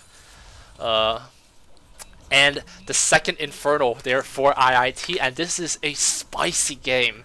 I haven't had dinner yet, but I'm not complaining. Because this is a good game. These are... we should scrim partner these guys. Division 2, if you're ever watching this. Because, god damn. This is like... I'm getting excited for these games. Looking like IIT has finally cracked the code by getting that kill on the Ziggs. Expending 2 ultimates. Nautilus ult. Actually, excuse me, I think it was only Nautilus ult. Because Kayn, I don't think, ulted inside the Ziggs. He ulted earlier in that Ezreal at the tier 2 jump. So, Dragon in favor there for IIT. And this game is so exciting that I've lost feeling in my hands. My hands are numb now from the amount of hypeness that I've been receiving. Ooh. Will be the Echo clearing out a Scuttle, looking like he's just going to go back towards the tier 1 probably to split push once again. And we'll be meeting an Ornn up just right from the get-go. Wave high to each other as Echo makes his way back towards the tier. But Baron is going to have a control ward there, but, you know, I think IIT has a pretty good judge of character to know if they're actually going to commit themselves to it or not. The answer is the Cade, and the answer that IIT has is just have the Echo never look at Cade ever again. And I agree. So that is definitely a solution. They're going to be doing some gardening. Going to be seeing Decina. Going to be getting a hook onto Music, but he's going to be tanky enough to not have to worry about it. And this is Deja Vu 101 all over again. Cade going to be lobbing a bomb over. Not going to be landing. Boom Bang taking a couple shots. He's going to have to hook himself out. But Xena here on the read is going to be looking at Cade. They're going to be getting the knockup. They're going to be having that damage. The damage is going to come through. They're going to have to force the Grag to come through. And this is going to be a 1v1 onto Blitzkrieg. He has the damage. He does not have to flash. Blitzkrieg with a nice kill onto the Kane, and IIT has found a solution. Xena going to have to flash out barely. It's going to be a very low. The knock-up there from Blitzkrieg. He's going to try to have to get himself out, but IIT wants to keep following it up. It is going to be the Cassiopeia fallen 3v3 situation, I believe. Trying to knock their way through the turret. Blue is big here with an ultimate if he can pop it off. It is going to be Music Exo holding that Ezreal at bay. It's going to be the damage there from Blue trying to come through. Can they get it? Guillotine going to fall through. Going to be getting on Greg. Second Guillotine onto the Ezreal. Can we go for a third? It's going to be Music X taking the turret aggro. Guardian going to be taking very low. The Guillotine for a triple kill! Music X, you monster. I never should have doubted you. I'm sorry. And they will be getting the turret. They will be getting the tier 2. Knocking down this inhib turret to at least half health. And, ooh, we have got a game going on today, lads. Blitzkrieg is hunting for that Ziggs with that Spirit Visage. And going tank Kane, I agree, is the right solution here. Ooh, boy.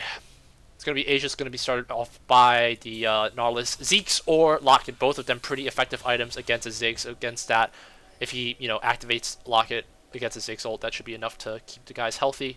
But Zeke's not too bad either if you dedicate it onto Cassiopeia.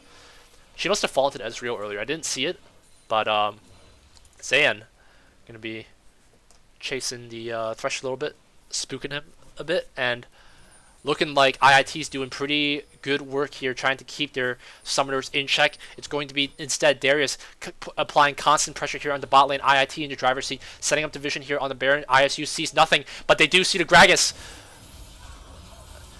Nice setup play here. They're going to try to use the casket to do what they can, but it's going to be instantly taken out. Boombang going to be hooked here. He might have to fall here. It will be Badger. His casket finishing off, of all things. Not something you normally expect, but support for jungle usually is something that they can fall in favor of. It will be the Trinket, seeing it. Does IIT want to commit themselves for it? It's going to be Plu. Going to be taking some decent damage. It will be Cade falling into here. TP here followed up. Going to be the 1v1, in fact. Muckwater going to have to try to flash out. And this is a misplay here from potentially. Zayn going to be taken very low. The kiting hit there from Ezreal. Very low, in fact.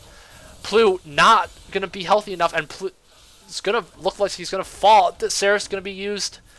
Going to try to flash his way out.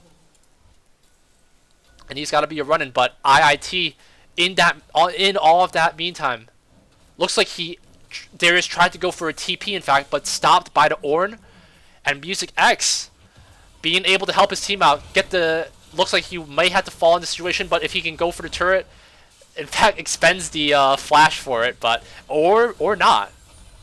Oh my god. He actually gets away. And this is going to be Infernal Dragon 4. What is this game? This game is actually nuts. The amount of damage coming through here, but that cast, taken very low, unfortunately. Will be able to slither her way out of it as ISU had to converge onto that Darius. But the damage will be there. It will be the smite there to secure Badger. Hold on. Oh, okay, yeah. We'll be able to belly flop his way out. But that's going to be 3 for 3 dragons, and whoever... It looks like, if I'm not mistaken, if that's going to be a 5 Infernal Dragons, this is actually the most craziest game of 2019-2020 that I've casted, for sure, for the academic year. This is really fun. Regardless of the outcome, I'm pretty excited, pretty glad to see where this game was able to go, but we saw the Ziggs use his ult earlier to check for the dragon, but he's going to have it right back up for this Baron. Is he going to try to Kobe his way through it? It is going to have the damage come through, but red team is going to secure, and a very close, actually, 200, I think, damage I saw, 200 health I saw before IIT was able to take it down, before that Ziggs ult came flopping down. Very, very close, but IIT is going to get that Baron, and they are going to turn tail. And at a 7k gold lead now on the Hawks, this game still looks so close between these two teams, honestly. I don't even think the damage matters at that point. Like, the kills matter or the goal lead matters. These guys are playing these 5v5s out as hard as they can, but it looks like Blitzkrieg is settling himself for that Ziggs, and it's got to be on the responsibility of the other members of IIT to keep that cast alive. If you can nullify the Ziggs damage, you got to get that Ezreal out of the picture then, and that's got to be the Boombangs and the Echo's job for sure. Super Minions will be pushing themselves here to tier 2 mid, but IIT is going to have to try to disengage from this fight. The knockup will be landing on the Cassiopeia. Flash engage will be able to capture the Thresh. Ceres is going to be used, but this is a pretty split fight. The Redemption going to be placed here by the Thresh, and another hook by Cena is going to be stop-watching the Cassiopeia, but she will be able to fly. They're going to be trying to chase that Ezreal from all the way from back. A nice W stun to keep the members at IIT looking like they're able to do what they can. Ziggs and Ezreal going to have to try to desperately to try to kite themselves out. The Flash going to be used. Ezreal stuck between a rock and a hard place. Auto will be able to keep Ezreal down, and Cade is going to have to try to fight his way out through it. The TP is not available to try to secure the game end, but they're going to try to chase that Ziggs all the way through. The damage there has to come from Booming with the hook. No! Ah! Boombang with a miracle TP. God damn it, Boombang. You should have just flashed. Autoed. Damn it. Okay. So the game will... Looks like ISU might be able to have a breath of life here. It will be a decent knock up there, but it's going to be Plu taken very low. It's going to have Plu flashing out. In fact, Zayn with a nice bit of damage there onto it, but Boombang once again on the hunt, and IIT wants to close out this match. IIT taking the Nexus to 700, 500, and it will be game 2 in IIT's favor. What a insane game, actually. I didn't even cast this last stand from it correctly because I was so focused on the cast, but good lord. IIT will take the game 34-24, 72k to 63.7. And definitely MVP. Zayn and Blitzkrieg for sure. Blitzkrieg definitely to be able to shut down the Zayn. Shut down the Ziggs, Zayn, lol. But yeah, for sure. We got some spicy stuff. And we're going to game 3, lads. So you know what that means? Pull out the silver scrapes. Copyright me, YouTube. I don't care. This is hype. Hold on. Reinvite.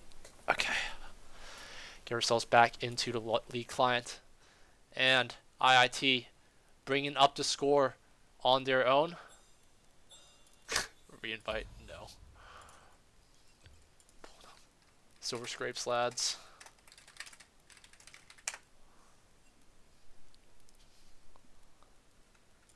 Alright. 1-0 here, and we are tied at a 1-1 series, and this is hype. I'm excited for this. I want to see what these guys have got in their toolkit. I think, in terms of the bans, are we going to see the cast ban? Are we going to try to see IIT pull out some wicked stuff to try to see out of that untraditional bot lane for sure? But works to their advantage, you know. Ezreal had the damage, you know, and in terms of a 1v1 situation without Nautilus there to tank the shots, I think it would definitely be close, but with Nautilus there for sure, able to land some pretty nice hooks in the mid game. Zeta turned on the end, but just had no health. Redemption tried to come through, but he had his eyes set on the Cassiopeia, but unfortunately the team unable to follow. Darius as well doing some decent amount of damage to keep that front lane at bay. And yeah, I think definitely to Zonia's, that was the 100% like what set the game in stone. Like that fighting was all over the map. It was actually all over the map in terms of like what was happening, like, and so it was really just an issue of. I mean, I'm gonna sound cliche for it, but whoever stays alive the longest is what is able to keep it in mind, and the Zonia will help do that for about 3 seconds longer, for sure. You know, I think pretty much that entire fight, it was really only Ezreal that had access to that backline. The good discipline on the Cassiopeia to keep herself inside the Thresh cage, not break out of it and take an extra 200 damage.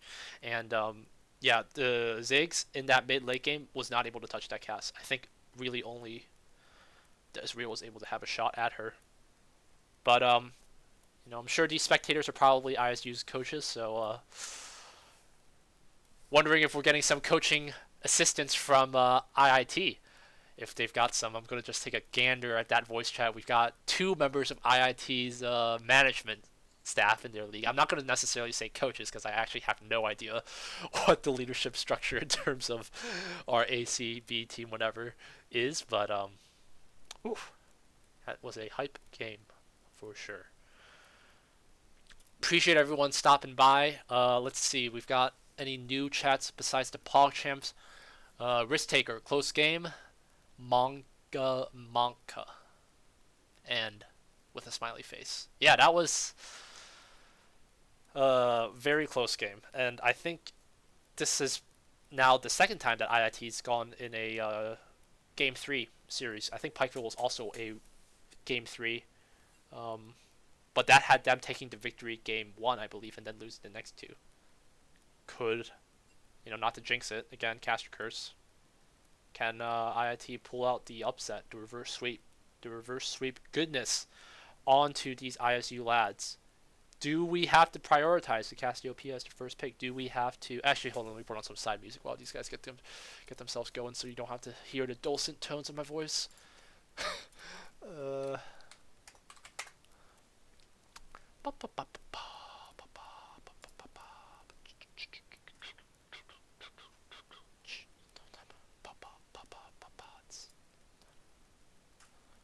Alright.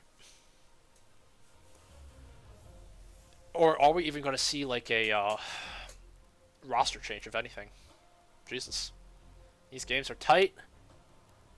And no matter the outcome, I think both of these lads can virtually shake each other's hands, look each other in the eyes, shake hands firmly, and say GG's, because that was definitely a game for the books. IIT, able to keep that lead 3K, not have it dwindle, do some effective macro calling with that split push, getting that Echo back in the game, getting that Darius with the triple kill guillotine, in fact.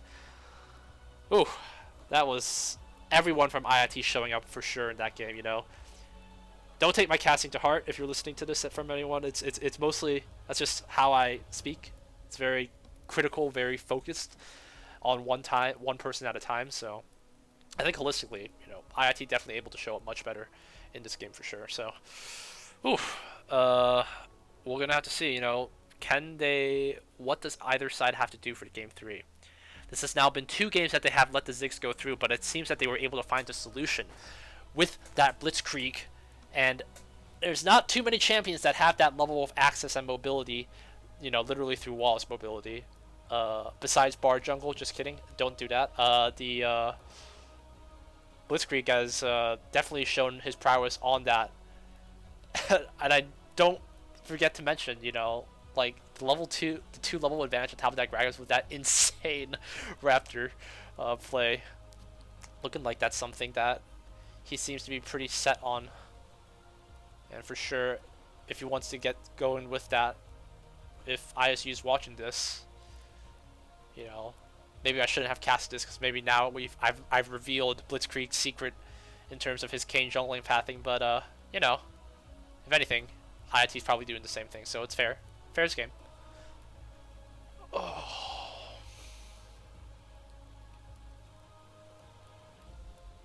And looking like we're waiting on Boom Bang here for IIT to come in, and one more there from ISU, but both sides opting to wait it out. Gotta figure out what's the next play here for sure. I think the play has got to be trying to, let Plu do what he can to take the deficit. And then, yeah, if they can set himself up to split push his way through and catch up in the game and at whatever stage and just beat her with that TP, that's definitely going to be a thing. I think he's got to know at this point that going for like those 1v1s, excuse me, some water. Excuse me. The 1v1 potential, going for an Ignite, unless it's like a straight up champ that he knows how to like go at, it's not going to be able to take down their very nice, very, very good Ziggs player.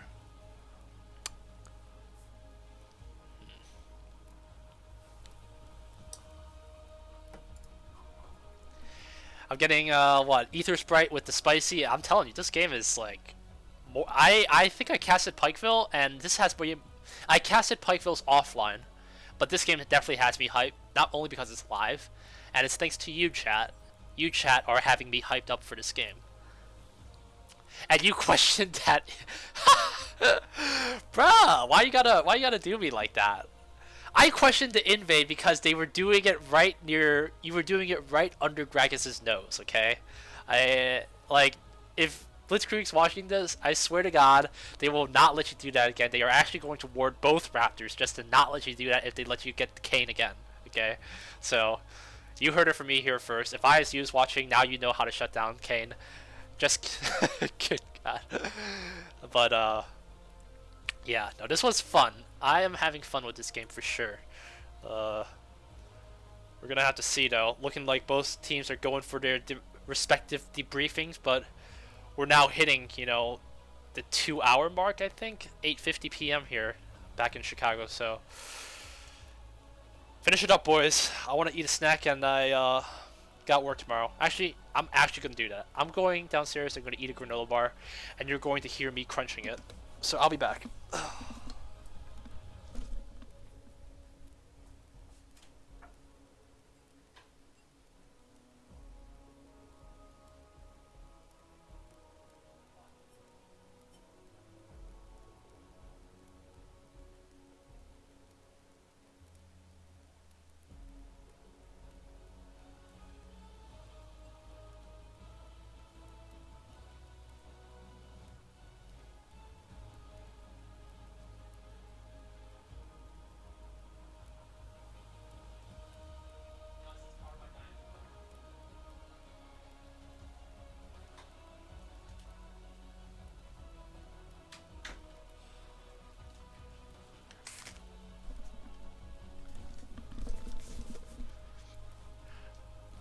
Okay, we are back. I have grabbed myself some Nature Valley oats and honey, and I'm gonna munch through this in mic and give you guys some ASMR. Actually, hold on. Mute the music. Mute the music. Have nothing else but the sound of this rapper. And I better see some what face emotes in the chat, cause this is my Patreon S tier 3 sub perk where you get to hear me munching on this granola bar. Alright, what's up? Oof, hi. Triple guillotine had me wet.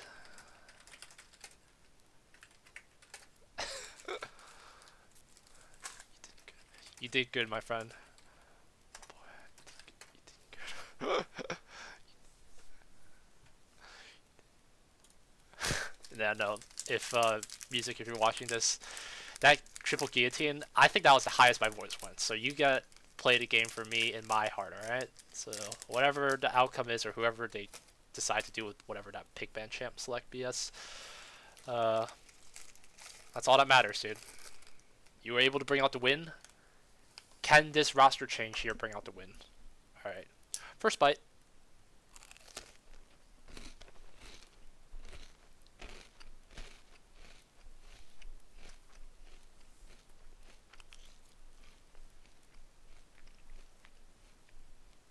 Maybe I should look at an oats and honey sponsorship from Nature Valley. Actually have some healthy snacking options for them.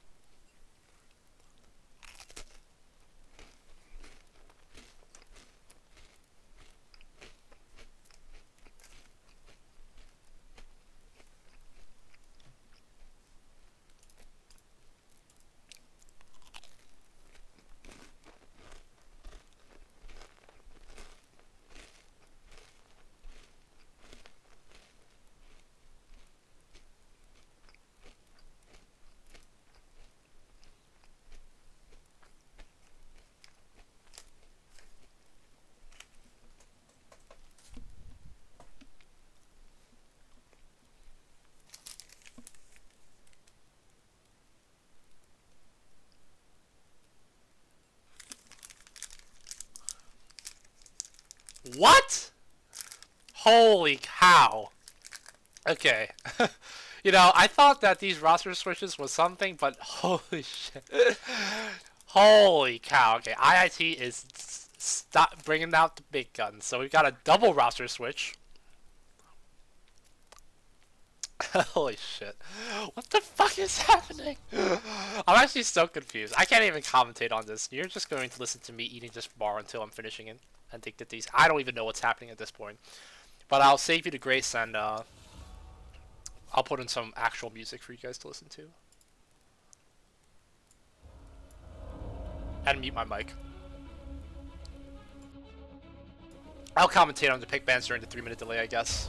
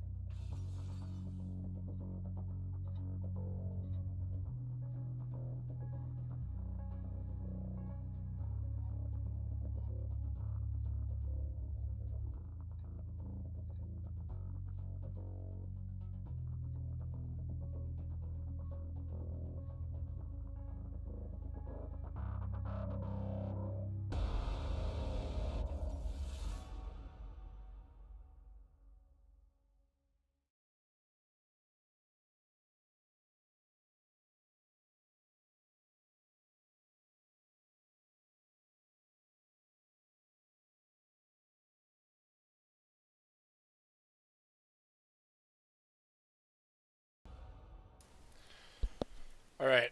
Appreciate everyone's patience as I spared you the pain of having to listen to me eat granola bars at an extremely high volume. Silver Scrapes is coming, Blue. Alright, Silver Scrapes is coming. Alright, we've got the first couple of bands coming out here from IIT, and we've got a insane, actually insane, I don't know what these guys are thinking. This is like this, I can't even describe it in words, like the most weirdest roster change I have ever seen between games. We're going to have not only roster swaps, we're going to have role swaps. And so, before I get started on the champs, let's get started on the lineup. It's going to be Zayn top, Divine Daddy coming in the jungle, Blitzkrieg now put into mid as opposed to jungle, Snowdown Arcade, IIT's Division 2 plus captain, the big gun, never play Assassin's Creeds with me, Weisfist in the bottom, and Boom Bang once again on the loyal support. Meanwhile, for excuse me, for Iowa, I believe it's the same. I don't actually know about Badger. I don't know if Badger was in Gragas. My memory is failing me. But in any case, it's going to be Guardian once again on top. Badger jungle. Cade now doesn't look like he will have his Ziggs picked, but Muckwater in the bottom and Xena support. Get ourselves through the bans first, so it's going to be 5 bans here for IIT. Senna and Aphelios taken out once again. The Mordekaiser, Ornn being removed, and the Set top. Or, well, honestly, you could play jungle, but it's really not a jungler. I think it's much more useful top than jungle in terms of... Anyway, don't listen to me. It's going to be, meanwhile, though, for Iowa State here in the red side, they will be taking away the Vlad, Zac, Ryze, Ivern, and Karthus. Looking like that Karthus ban might be targeted towards Blitzkrieg, but instead, IIT is going to get some spicy picks going on, and they are going for a very untraditional comp. I believe Zayn on that top lane is ready to flex out that Soraka top, and she has not had that fixed yet, so she is currently literally beyond broken in terms of what she can do. I won games in Soraka top, and I don't even play top, so let me just tell you, if that's not reassurance enough for you of IIT's ability, let that stand for its own. But let's get a look on the roster swaps as the 3-minute spectate delay is going to get going soon, and I will pop out the silver scrapes. I will get copy striked by YouTube, but don't worry, I don't earn any money. The only thing I need to earn for you chat is your support, and you can do that for me by subscribing or to our YouTube channel and favoriting us, twitch.tv/IIT Esports. Shameless plug, but let's get a look on the loadout. It's going to be, yep, Soraka top for Zayn, Graves jungle there for Divine, Blitzkrieg on that Orianna, Sivir with Stone on Arcade on that Sivir, and Boom Bang with the Morgana support. So Black Shield and Sivir Spell Shield will definitely be able to help something out against those Nautilus hooks, against Sejuani flails, and hopefully IIT does not flail and instead pushes themselves to this victory. Alright, spectate delay is going to hit us in just a couple of right now, and it's to round it out for ISU though. As I finish it up, it's going to be Heimerdinger there in top on Guardian, Badger on the Sejuani jungle, Cade Kodron on the Syndrome mid. And this is first game out of the Zig, so we'll definitely keep an eye out for that. Muckwater on the Kai'Sa, and Xena on the Nautilus. But without further ado, we've got about 2.5 minutes. Let's break out that silver scrapes, and when we come back, game 3 of this very intense series, IIT versus ISU. Thanks.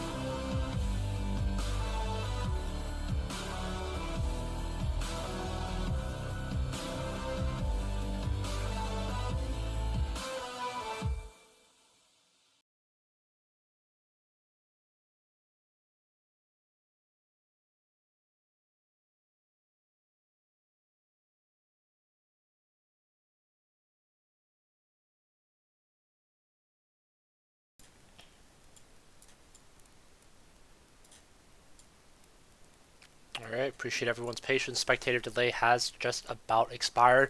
Hopefully you enjoyed that Silver's Grace, because I'm going to get copyright striked by YouTube. I do get it every time I play that song, but it's worth it. It's worth it. And getting ourselves now into the final game of today. I said I was feeling low energy, but I'm pretty much, chat, you have rejuvenated me. You have put me back on my feet, and I'm ready to get some hype games in for today. So, hashtag IIT win, hashtag ISU win. Let us know who you think deserves to keep themselves on the path out of the group stage. It's going to be IIT on the blue side with Zayn on the Soraka top. And I've already gone through this, so if you're just tuning in, now you know. Divine, Graves Jungle, Blitzkrieg, Orianna mid, Snowdown Arcade, Sivir ADC, Boombane, Morgana support. And for Iowa State, they've got Guardian on the Heimerdinger, Badger on the Sejuani jungle, Cade Kudron on the Syndra mid, Muckwater on the Kaisa ADC, and Xena on the Nautilus support. So, Snowdown Arcade, Divine, the big two changes here, and both of them, coming in with a little bit of swagger. Snowdown Arcade having played for his team for IIT now for 2 years competitively, and was part of the original A-team lineup, but a couple of changes had him diverting that role back to the B team, but looks like he is here to step in to ensure that IIT victory. Same here with Divine. First year in the competitive season, actually, not his third, but has been involved with IIT in the past since his first year, helping organize some tournaments and playing, I think, as kind of like a free agent for a couple of IIT events. But, is just the rank propriety, rank seniority, going to be enough to bring these guys to the victory? That's what's going to be the play for sure. Looking like Xena will be leading the pack there for a bot Tribush invade, but Sivir should be having to read on it, and a small misplay here will have Orianna having to step out into the bush to check, but will have a ward instantly being placed into Tribush. IIT does not even want to risk looking at that Nautilus, and they are going to see that Nautilus, and they are going to see 5 members of them available, and Boombang will have to trot himself right back out, as they want to have an answer. Snowdown Arcade already gives the Sitch up, though, with throwing a Q out, and that's going to give the information for sure that they need. Graves going to be putting a ward here into ISU's red buff, but I don't know if that's going to be enough. They're going to be setting up a ward here to catch out 5 members of ISU heading out. Minions will spawn now, and if Divine and Zayn lying in wait here in terms of a very poor, helpless Heimerdinger, could be trouble. Guardian going to take the long way around here. We'll have a ward there to see if he comes through it. And it will be Guardian coming in around here. He's going to be pretty spooked. They will see him come around through here. Graves will have the red buff spawn, but Guardian not going to be putting a ward down. It doesn't look like they'll have to read on it. Zayn will be able to help give some fine assistance toward that Graves, but not with a W, just with the Q, which by the way has an insane cooldown. A insane cooldown in favor of IIT, let me rephrase, and yeah. I have not seen a Heimerdinger versus Soraka matchup, but perhaps that's the answer they're looking for. Meanwhile, IIT making short work of this first wave up here. Going to have to have Kaisa have this on the back end in order to be able to capture anything. But this is Divine and Snowdown's Arcade to see if they, not warmed up with the team, maybe not warmed up on the comms, to see if rank really just does it all for you. It will be Heimerdinger putting a cautionary ward here out onto the river as Divine finishes up this blue buff and will hit level 3 just now. Oh, excuse me, not level 3. Will have to double buff to his name, but that's going to be pretty much it. Won't see too much action besides that. And in terms of the 1v1 here, Cade Kudron versus Blitzkrieg now. Maybe Blitzkrieg, having killed Cade so many times, perhaps has to read on him. Or not. That's going to be a decent combo there from Cade to be able to get that Syndra able to do a decent amount of damage onto Blitzkrieg to get him just under half health, I believe. And he's going to have to try his darndest to try to get as much CS as possible. Going to have to already pop a pop, but Graves is going to be coming around here from the back.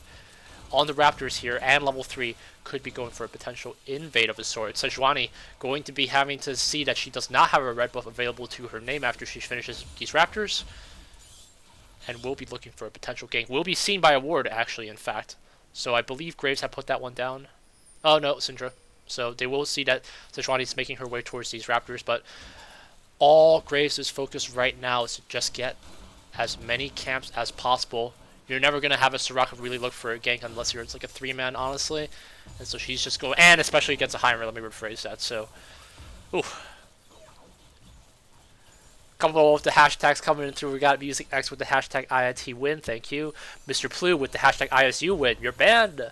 Music X just because you got and I'm sensing a little bit of saltiness there from Plu, unfortunately. But, you know, not sure if that's something that we've got to figure out. But hey, we're a team, alright? This is a 10-man roster. This is the way things are. So if IIT needs to bring out the big guns to just get themselves insured, I think that's what they've got to do. But it's going to be Graves coming in here with a scuttle of his own, as the one earlier top was secured by the Sejuani. She's going to have no red buff to her name, actually, as well. Don't forget. And we'll have him just a bit ahead. We'll actually be able to see the Sejuani, perhaps. Will have a smite, being able to have to force himself to secure. The knockup will not be there. The slow is there, though. One more auto could be enough to do it. IIT looking to converge, perhaps. Xena there in the back, but won't have anything. Nice Q there to hold her in place. But Syndra, with the E available, it's going to be Nautilus flashing. Nice black shield to get that stun, but the will expire. It will be perhaps first blood coming in through, and it's going to be Syndra getting it. Right by, followed up by Morgana with the Sejuani. Boombang going to have to flash himself out. And very close margins of first bloods there, but it will be, in fact, Syndra able to get it. And unfortunate there for Graves to have that fall, as I believe he did have a double buff, perhaps? No, just will only have the blue. But that will be enough to hold Ori at a troublesome spot, I believe. So Morgana taking extremely low is going to have to back all the way out. Snowdown with the spell shield available. Going to try to see if they can bait it out. Nice spell shield to hold that. Nice emote there. I like it. But be careful. I don't know if emote banning is a thing, as she channels her back. Or not. Looking like they're going to wait for the Morgana to come back, but Divine's going to have to, in that entire exchange, looks like the Sejuani actually catches back up just about the same as Graves. Essentially just like a 1 camp difference. Oh boy. Both of these teams looking for it. Double shield, in fact, being used. Nice black shield there from Morgana, I believe, but I think the Sivir already had it, so no need to worry about it. That's got to be something you need to communicate. You know, I got the shield, I need the shield, or not. It will be ISU going for the first back here. Kai'Sa's going to be coming back with that BF, and Sivir's got to do her darndest to try to clear this as fast as possible. Will be Boombang having a little bit of assistance to pull will follow through, but she's not going to have a Q to... Oh, she will. Take it back. And that will follow through, and she's going to go for her back for her own BF as well. 2,200 gold, a little bit of a CS lead there, in fact, for that Sivir, despite this wave. So, Divine going to be about 1 camp away from level 6. Definitely, I think he'll have it after the Krugs. Is he going to potentially look for the level 5 Dragon solo? But this is going to be a Nautilus coming back from around, and he will be able to spot Graves for sure. Graves is going to need that dash available if he wants to go for it. He is going to see it. Is he going to have the assistance? Syndra is coming here and lying in wait. Boombang going to have to dash his way out. And Divine taking to under half health here. Excuse me, about a third of his health removed. Will have, looking like Badger might want to opt in for this, as it's going to have 4 members of IIT converging on this. Snowdown Arcade not in this fight. Might have to risk it here. And it will fall pre-leashed by Graves. IIT, unfortunately, though, not able to time their backs correctly for that objective.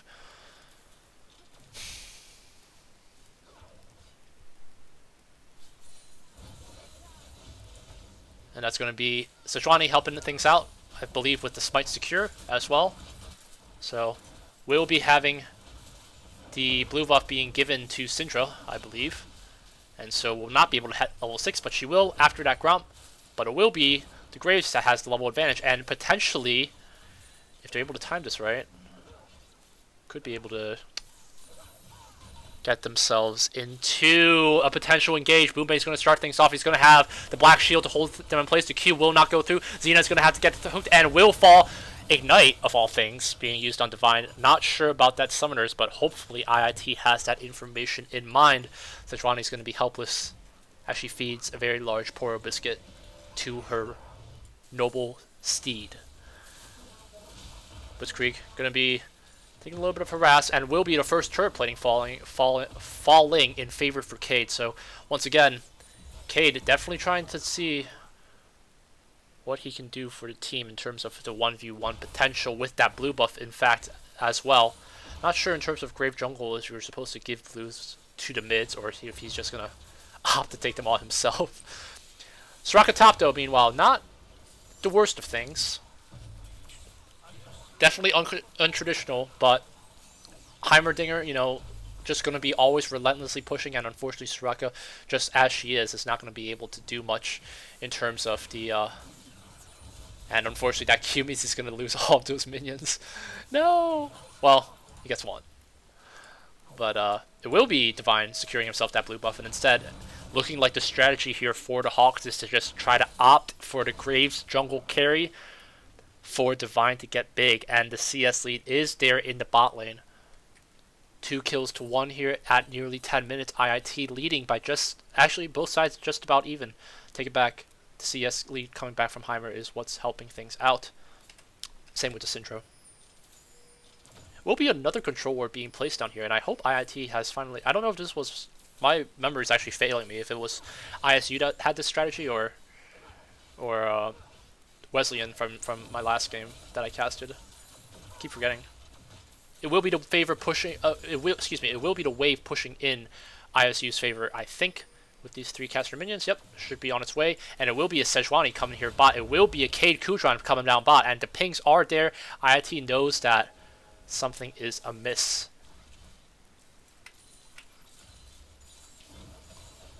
Nice little Q there, but the Xena's shield will pretty much ensure that nothing else is going to happen in terms of the damage. There will be a ward to spot out this Graves, and the lens will be able to show him out for it as he makes his way towards it.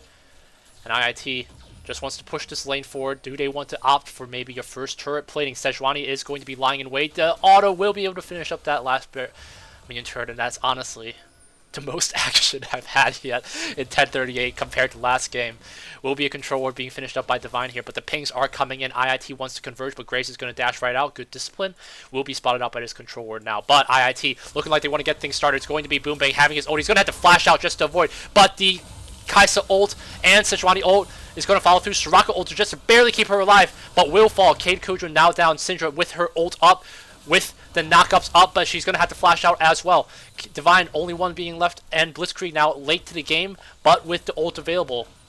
Doesn't look like ISU is going to look for anything more. Valuable summoners there lost for the bot lane, for sure.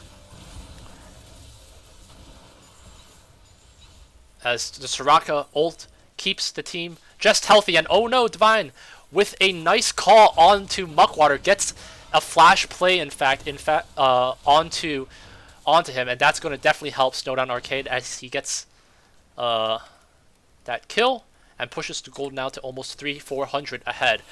Guardian now trying to do what he can by doing the turrets versus turrets versus Herald, as he has 3 of these little things that I hate so much, spitting out bars, spitting out the damage, and it will fall there for Guardian, as Sejuani there is top as well. 3 members of IIT here grouping up mid. Interesting rotation. Actually, no, it's not. It is good because they have the dragon spawning up. This is going to be a Cloud Drake, and it will be getting started by IIT, but that Syndra's going to have to go for it back. She does not have the items to contest. Sejuani is also going to be sacrificing herself for it, and she's going to be... Wait. Sejuani now pinched between Soraka and Heimer, in fact. Will be a Ocean Drake there to help things out, but will be Zayn perhaps seeing a Sejuani inside the... Yeah, so Pink will come out. They will see that the Gromp was... the Gromp was taken. And the Sejuani now in a looking in a position for perhaps a gank of their own. It will be a lot of objectives being tried for here, but Zayn is going to be taken very low. The Scuttle is just going to try to see what it can do. It's going to take the turret now to just under 200 health. It will fall from the looks of it. Actually, Guardian taking a lot of damage. Actually going to have to flash out, and the first turret will stand. MVP turret. There you go. So, but at this point, it's just a formality. Honestly, if the Heimer keeps pushing forward, he is going to have to backdoor, but it's just a matter of time. Can IIT perhaps make a first turret fall within the next minute or so? Because if not, it's going to likely be first turret secured by Heimer. Will be Snowdown Arcade laying a nice bunch of autos. Will be the Q landing as well. The damage there coming in through. And Xena with another will fall as well. IIT, 3-man strong. And I was talking about first turret. Could this be it? 3 members here. That's going to be a big Graves. That's going to be a big Sivir. Flexing that mastery rank. Flexing those turret golds. 15 seconds before turret plating will fall. And can they get it all before it goes down?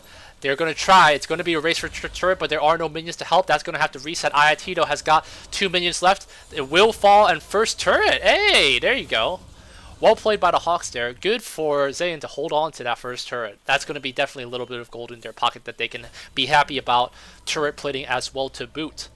But in all of that action, it's going to be the Infernal map buff. And we'll have the blue buff also be open. And Zayn is going to have to run out of this. I'm sorry, buddy. We couldn't bring you through.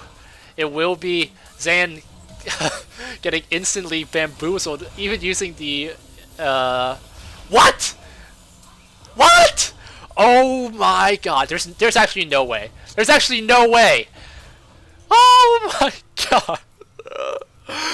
And that, ladies and gentlemen, is why Soraka is getting the most massive nerf, I hope, in her life for this next patch. Please, if you are watching in chat and you saw that, give me your Pog Champs. Give Zayn that energy to flex on these ISU kids as they are not able to get the kill. And as they expend 3 ultimates. Sejuani ult, Syndra ult, Ignite, and Heimer ult for this one GOAT girl. Good lord. In any case, IIT though, gonna try what they do. Try to see what they can do, but the gold lead is starting to show up in favor for IIT here.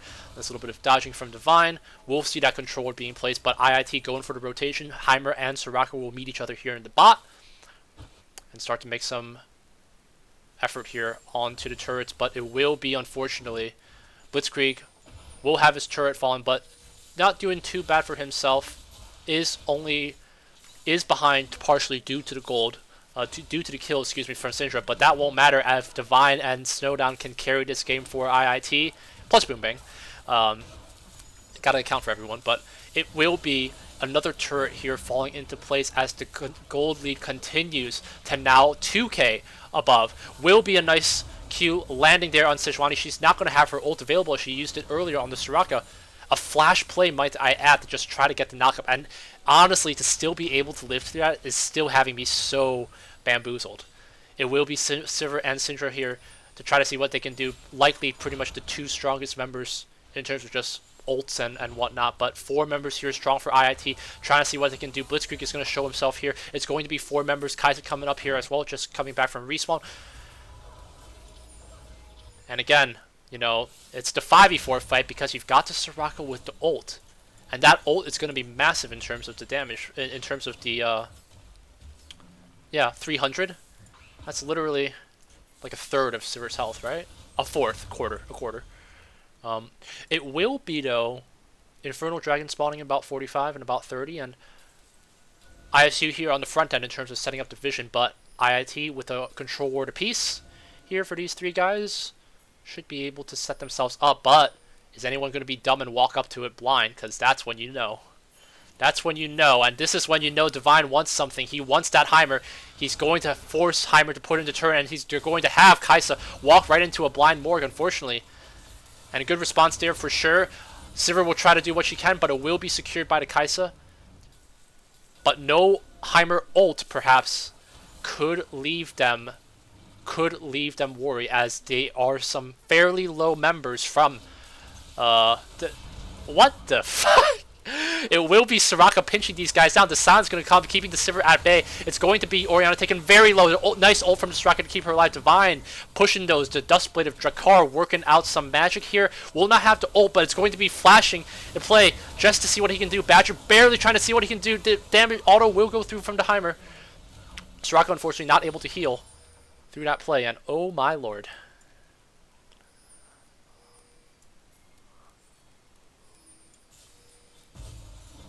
And that's going to be 2 members dead here. Cade, with his first death, I don't believe he had any shutdown gold to his name.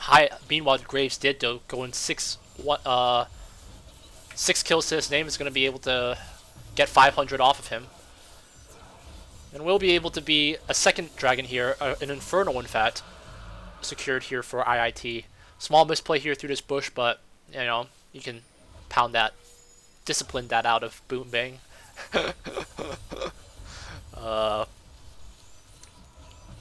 Really now only the tier 1 mid available here for left in terms of tier 1s for ISU.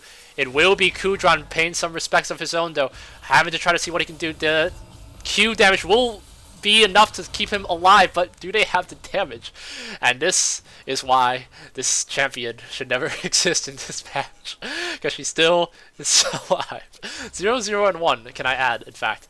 It will be another Herald being aimed for here, but Graves is not going to be in for that. It's going to be Divine looking for the help to see what he can do. It will be the ult being able to be secured. It will be the Herald, though, secured for ISU from the looks of it. Divine, though, having the assistance of the Sivir speed boost to get her up there. Any more here for the Hawks? It is going to be Divine put himself out there, just putting out some vision, but ISU not even in a good position to back as this tier 1 looks to take a decent beating for sure. Nice spell shield there from Boombang. Daddy Divine will be taking a couple turret shots, but it will in the end finally be the redemption coming through. And IIT still healthy, but the Graves taking a lot of damage. Still alive here from the Soraka, though, and again, this champion. Why, Riot? Why do you do this to us?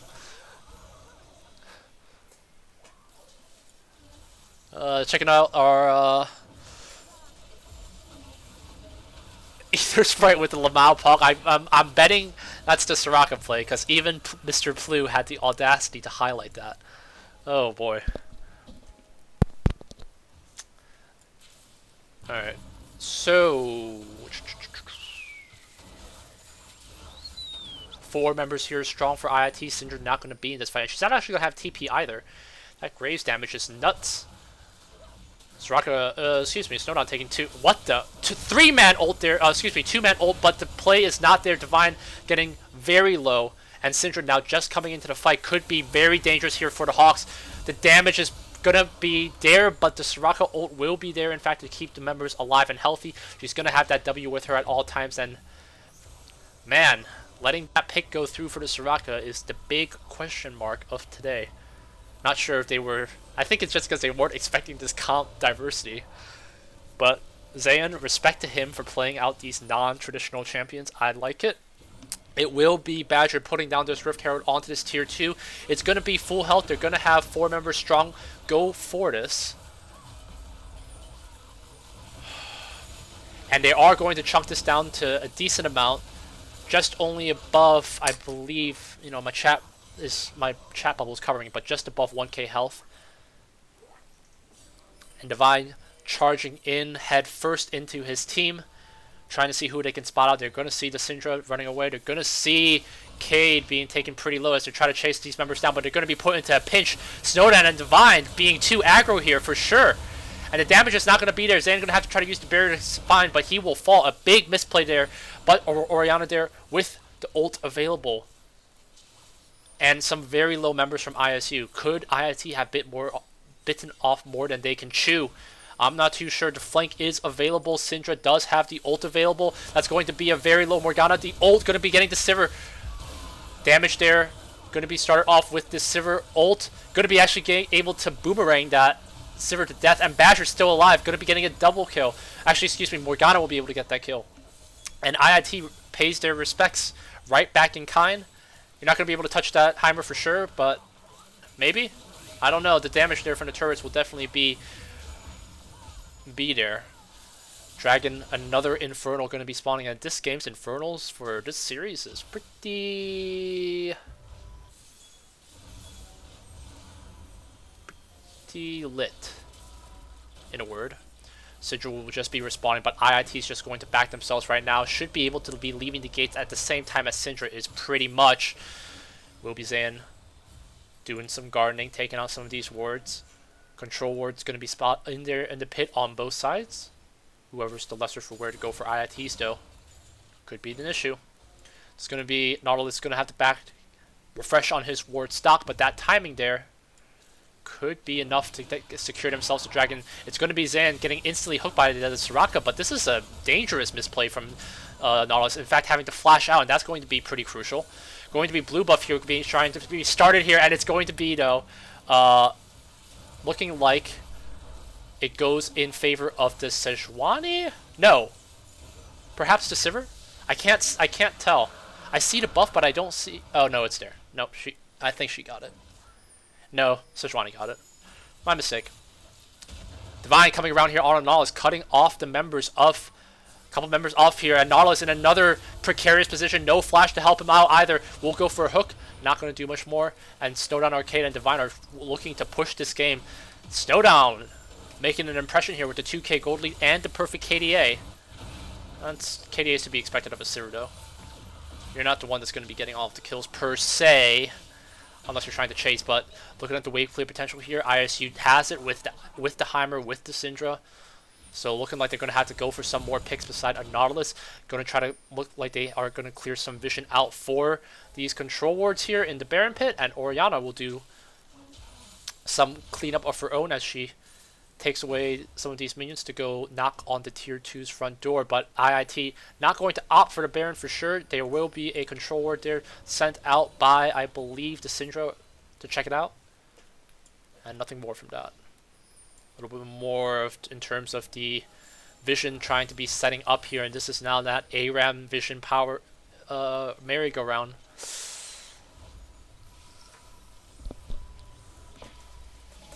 And what can the Hawks do to respond to it? It will be a nice hook there, and that's going to be a very low Nautilus. Actually, in fact, Black Shield going to be able to absorb that Kai'Sa shot. Will be some wards being placed, but IIT's only got, I think, one control in their roster. It's going to be Divine still looking for that damage, still looking for that engage, and will be able to secure himself that red buff for himself as they continue to choke out IIT. Excuse me, as they continue to choke out ISU. Now the attempt being started onto the Dragon. The wards are going to start to be placed likely soon if they want to risk it, but Divine Smite will be 2 levels stronger. This is really all in terms of the potential for the Smite outplay. It's going to be taken to 2k. I'm going to say a quick prayer. I'm going to back myself to half speed just because I have the advantage to do that. It's going to be Heimer. Blue team going to be securing that Baron Nashor for sure at 800 health there by Divine. Badger going to be taken very low and instantly shot down. And ISU, I will say, cannot contest that Baron with that Sejuani so behind in terms of XP. IIT with a very interesting comp, you know, no tank players, but the healing, the spell shields are all there in IIT's favor. Once again, not looking for that wave clear 5-man approach, but if anything, maybe you got to do it from 2 different angles, because I think ISU's 5-man is very good in the wave clear if they contest it like that, but it's going to be anyway. Syndra backing up with, I believe, Dark Seal and level 2 boots and Discord DC. Uh-oh. Does that mean everyone's Discord DC? Let me check.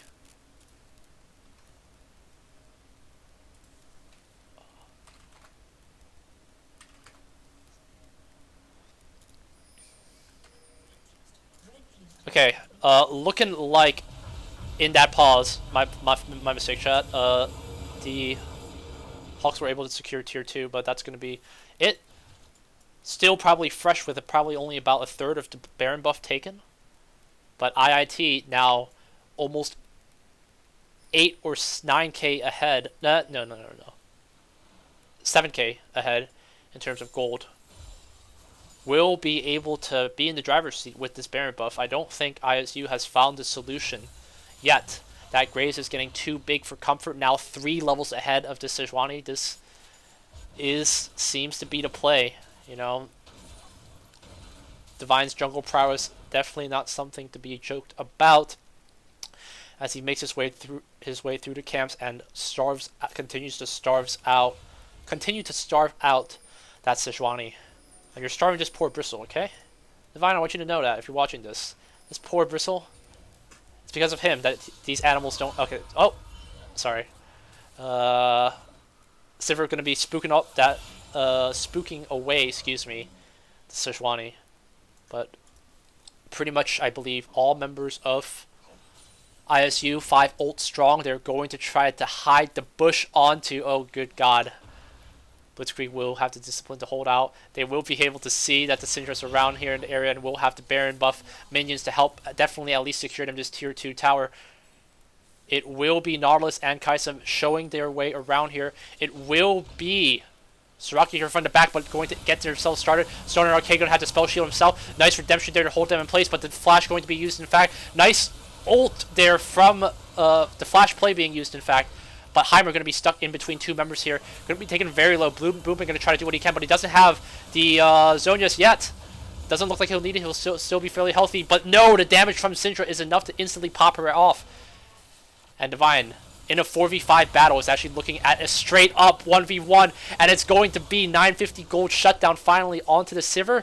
But at the cost of 4 members of ISU, as IIT finally cracks their way into the base with the first inhib turret falling.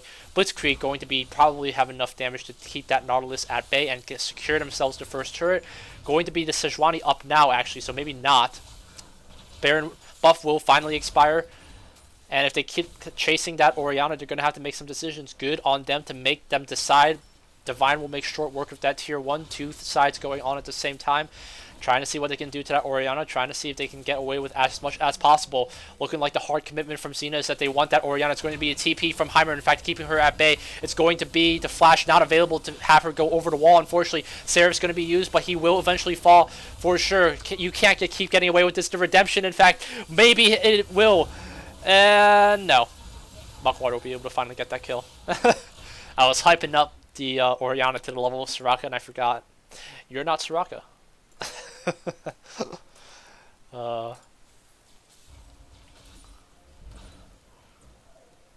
So it will be 2 inhib turrets, so the base definitely cracked open.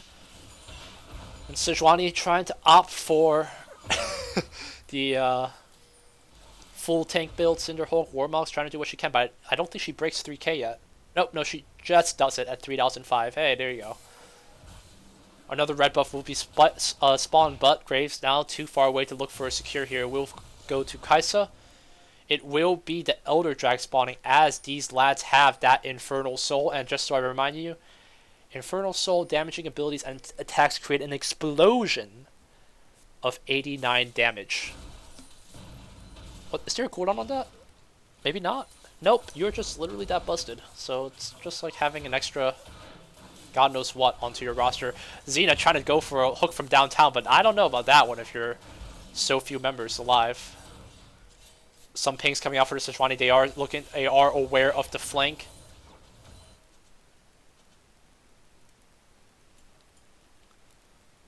And looking like we've set ourselves in a bit of an NA ARAM. Looking like we might have to look for the next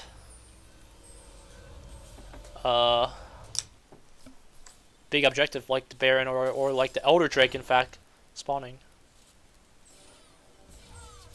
Divine following things up. Not gonna have to slow follow through, but we'll have that Baron spawning in the next minute. And again, the Divine still very ahead of ISU's comp. It's going to be Divine not taking anything and instantly popped, not even needing the ult damage to go through. He gets popped like a stick of butter. Or a bubble. No members here from IIT from ISU looking like they want to contest themselves onto this dragon. That Elder's not going to spawn yet. Boombang's going to try to do what he can, but that Baron is going to take him very low. A Smite there to secure. Well played for Divine to still make sure he's not leaving anything to chance, but he's going to be diving fearlessly over here. The Black Shield going to be doing barely any damage, and the heals on top, not to mention Sejuani going to be falling down to the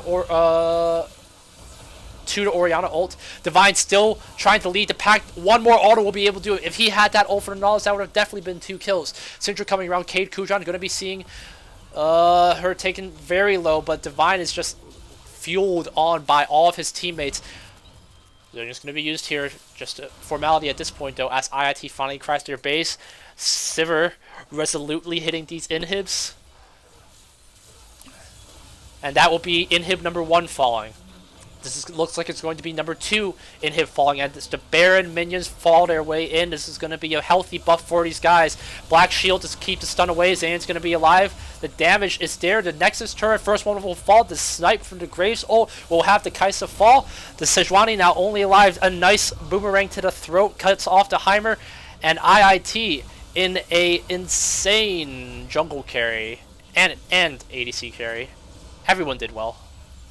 Will be IIT will live another week. 24-11, 62.4 to 48.6k gold. Taking a quick look at the gold, 4k, 7k. This is a jungle difference game. Holy cow! Yeah, he stomped.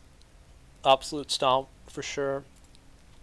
Well, that's why you take the 2 buffs for sure for Graves. Just put everything on him, but.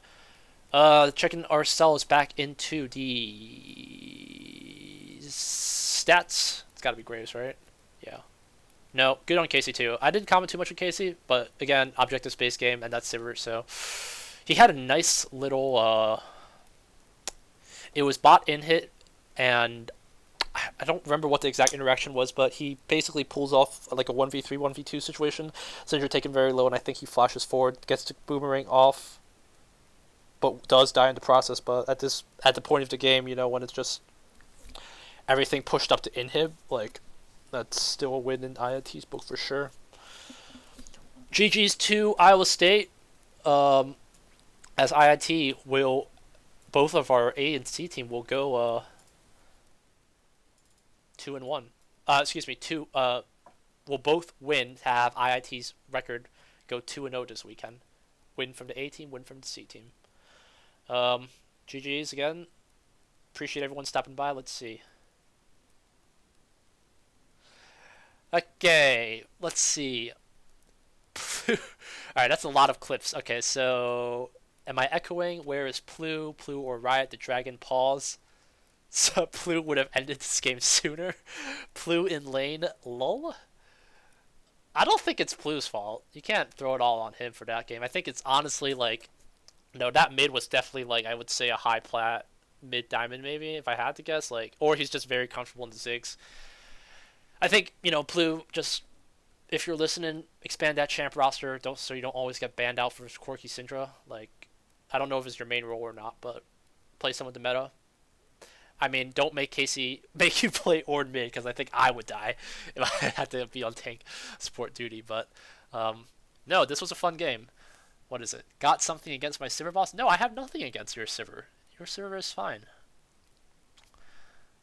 I have something against that skin though, because we all know that the best skin for Sivir is clearly pizza delivery. So not sure why you're trying to flex winter skins for us. And Plu for any role, he do it all. Fighting words, mental boom, 1v9, Plu 1v9, Plu. Okay, so these X-Stray kids and Cryptify fanboys, this is fascinating. Divine, did I like the strat? The 10 seconds before game start, sub in Divine. I mean, if the strat was to lower the morale for the enemy team, as they were like, oh man, you know, guys, we got this, we know what to do, I've got the comp to be able to beat that Blitzkrieg Kayn jungle, and then no, it's actually going to be Divine. Well, okay, I guess that's that's one of the more unusual strats. 3-minute delay, MVP there for Plu. Rookie of the split. Alright, looking like a pretty interactive chat for today. Appreciate the fun chatter to keep me alive and keep me excited for these games. 2 games in a day is definitely a tough day, but let's do a quick interview with these guys. Why not if they're still online? Hello. Yeah, Hey, hello. I'm still live. You want to do a stream interview, Zayn, as captain for the A team? What inspired the Soraka top pick? Just because it's straight up broken? Um, yeah, basically, it's broken. Yeah, I don't. You saw that game. I literally didn't play I it. I just stood and watched timer place turrets. stood in Eventually, lane, wait until you need to ult, and go away with that 0-2 and 13 KDA. yeah, it's pretty late. Like I don't even play top. Well, that just goes to show how useful that Soraka is, and how broken it is, and how Riot needs to delete that champion for at least the rest of this split. Yeah, it's actually All right, disgusting. so how about just one more question would be for the this win means that IIT is currently 3-1 and gets to live another week in Mhm. terms of playoffs contention. Do you think you're gonna try to do some similar unorthodox picks like the cast spot, Soraka top stuff, or you don't think that the Um, okay, yeah, all right, yeah. I think it's one of our strong suits is probably we all play a lot of champion. all right, yeah. So I think being able to flex rosters is being able to flex comps is one thing, but being able to flex your champions is also another. So you got both of those things going on you. Wish you the best of luck, I guess, in the rest of your series, and yeah, Thank you. keep up the hard work. See ya. Thank you. All right, that's gonna do it for us. So I'd never done an interview before, but that was fun. I gotta make a slide like how Tyler One does it for his for his games, but like how he has like the cutout of someone's face, and then like I'll take like the Avali face cutout or something, or like Captain Flowers or something, and just like put my face in there, or my Discord profile picture because I'm insecure and I don't like to show my real face in front of people. JK. All right, that's going to wrap it up for us today. Appreciate everyone coming by on this Sunday. IIT will take the victory 2-1. GG's to Iowa State University. Elvin Moy, signing off.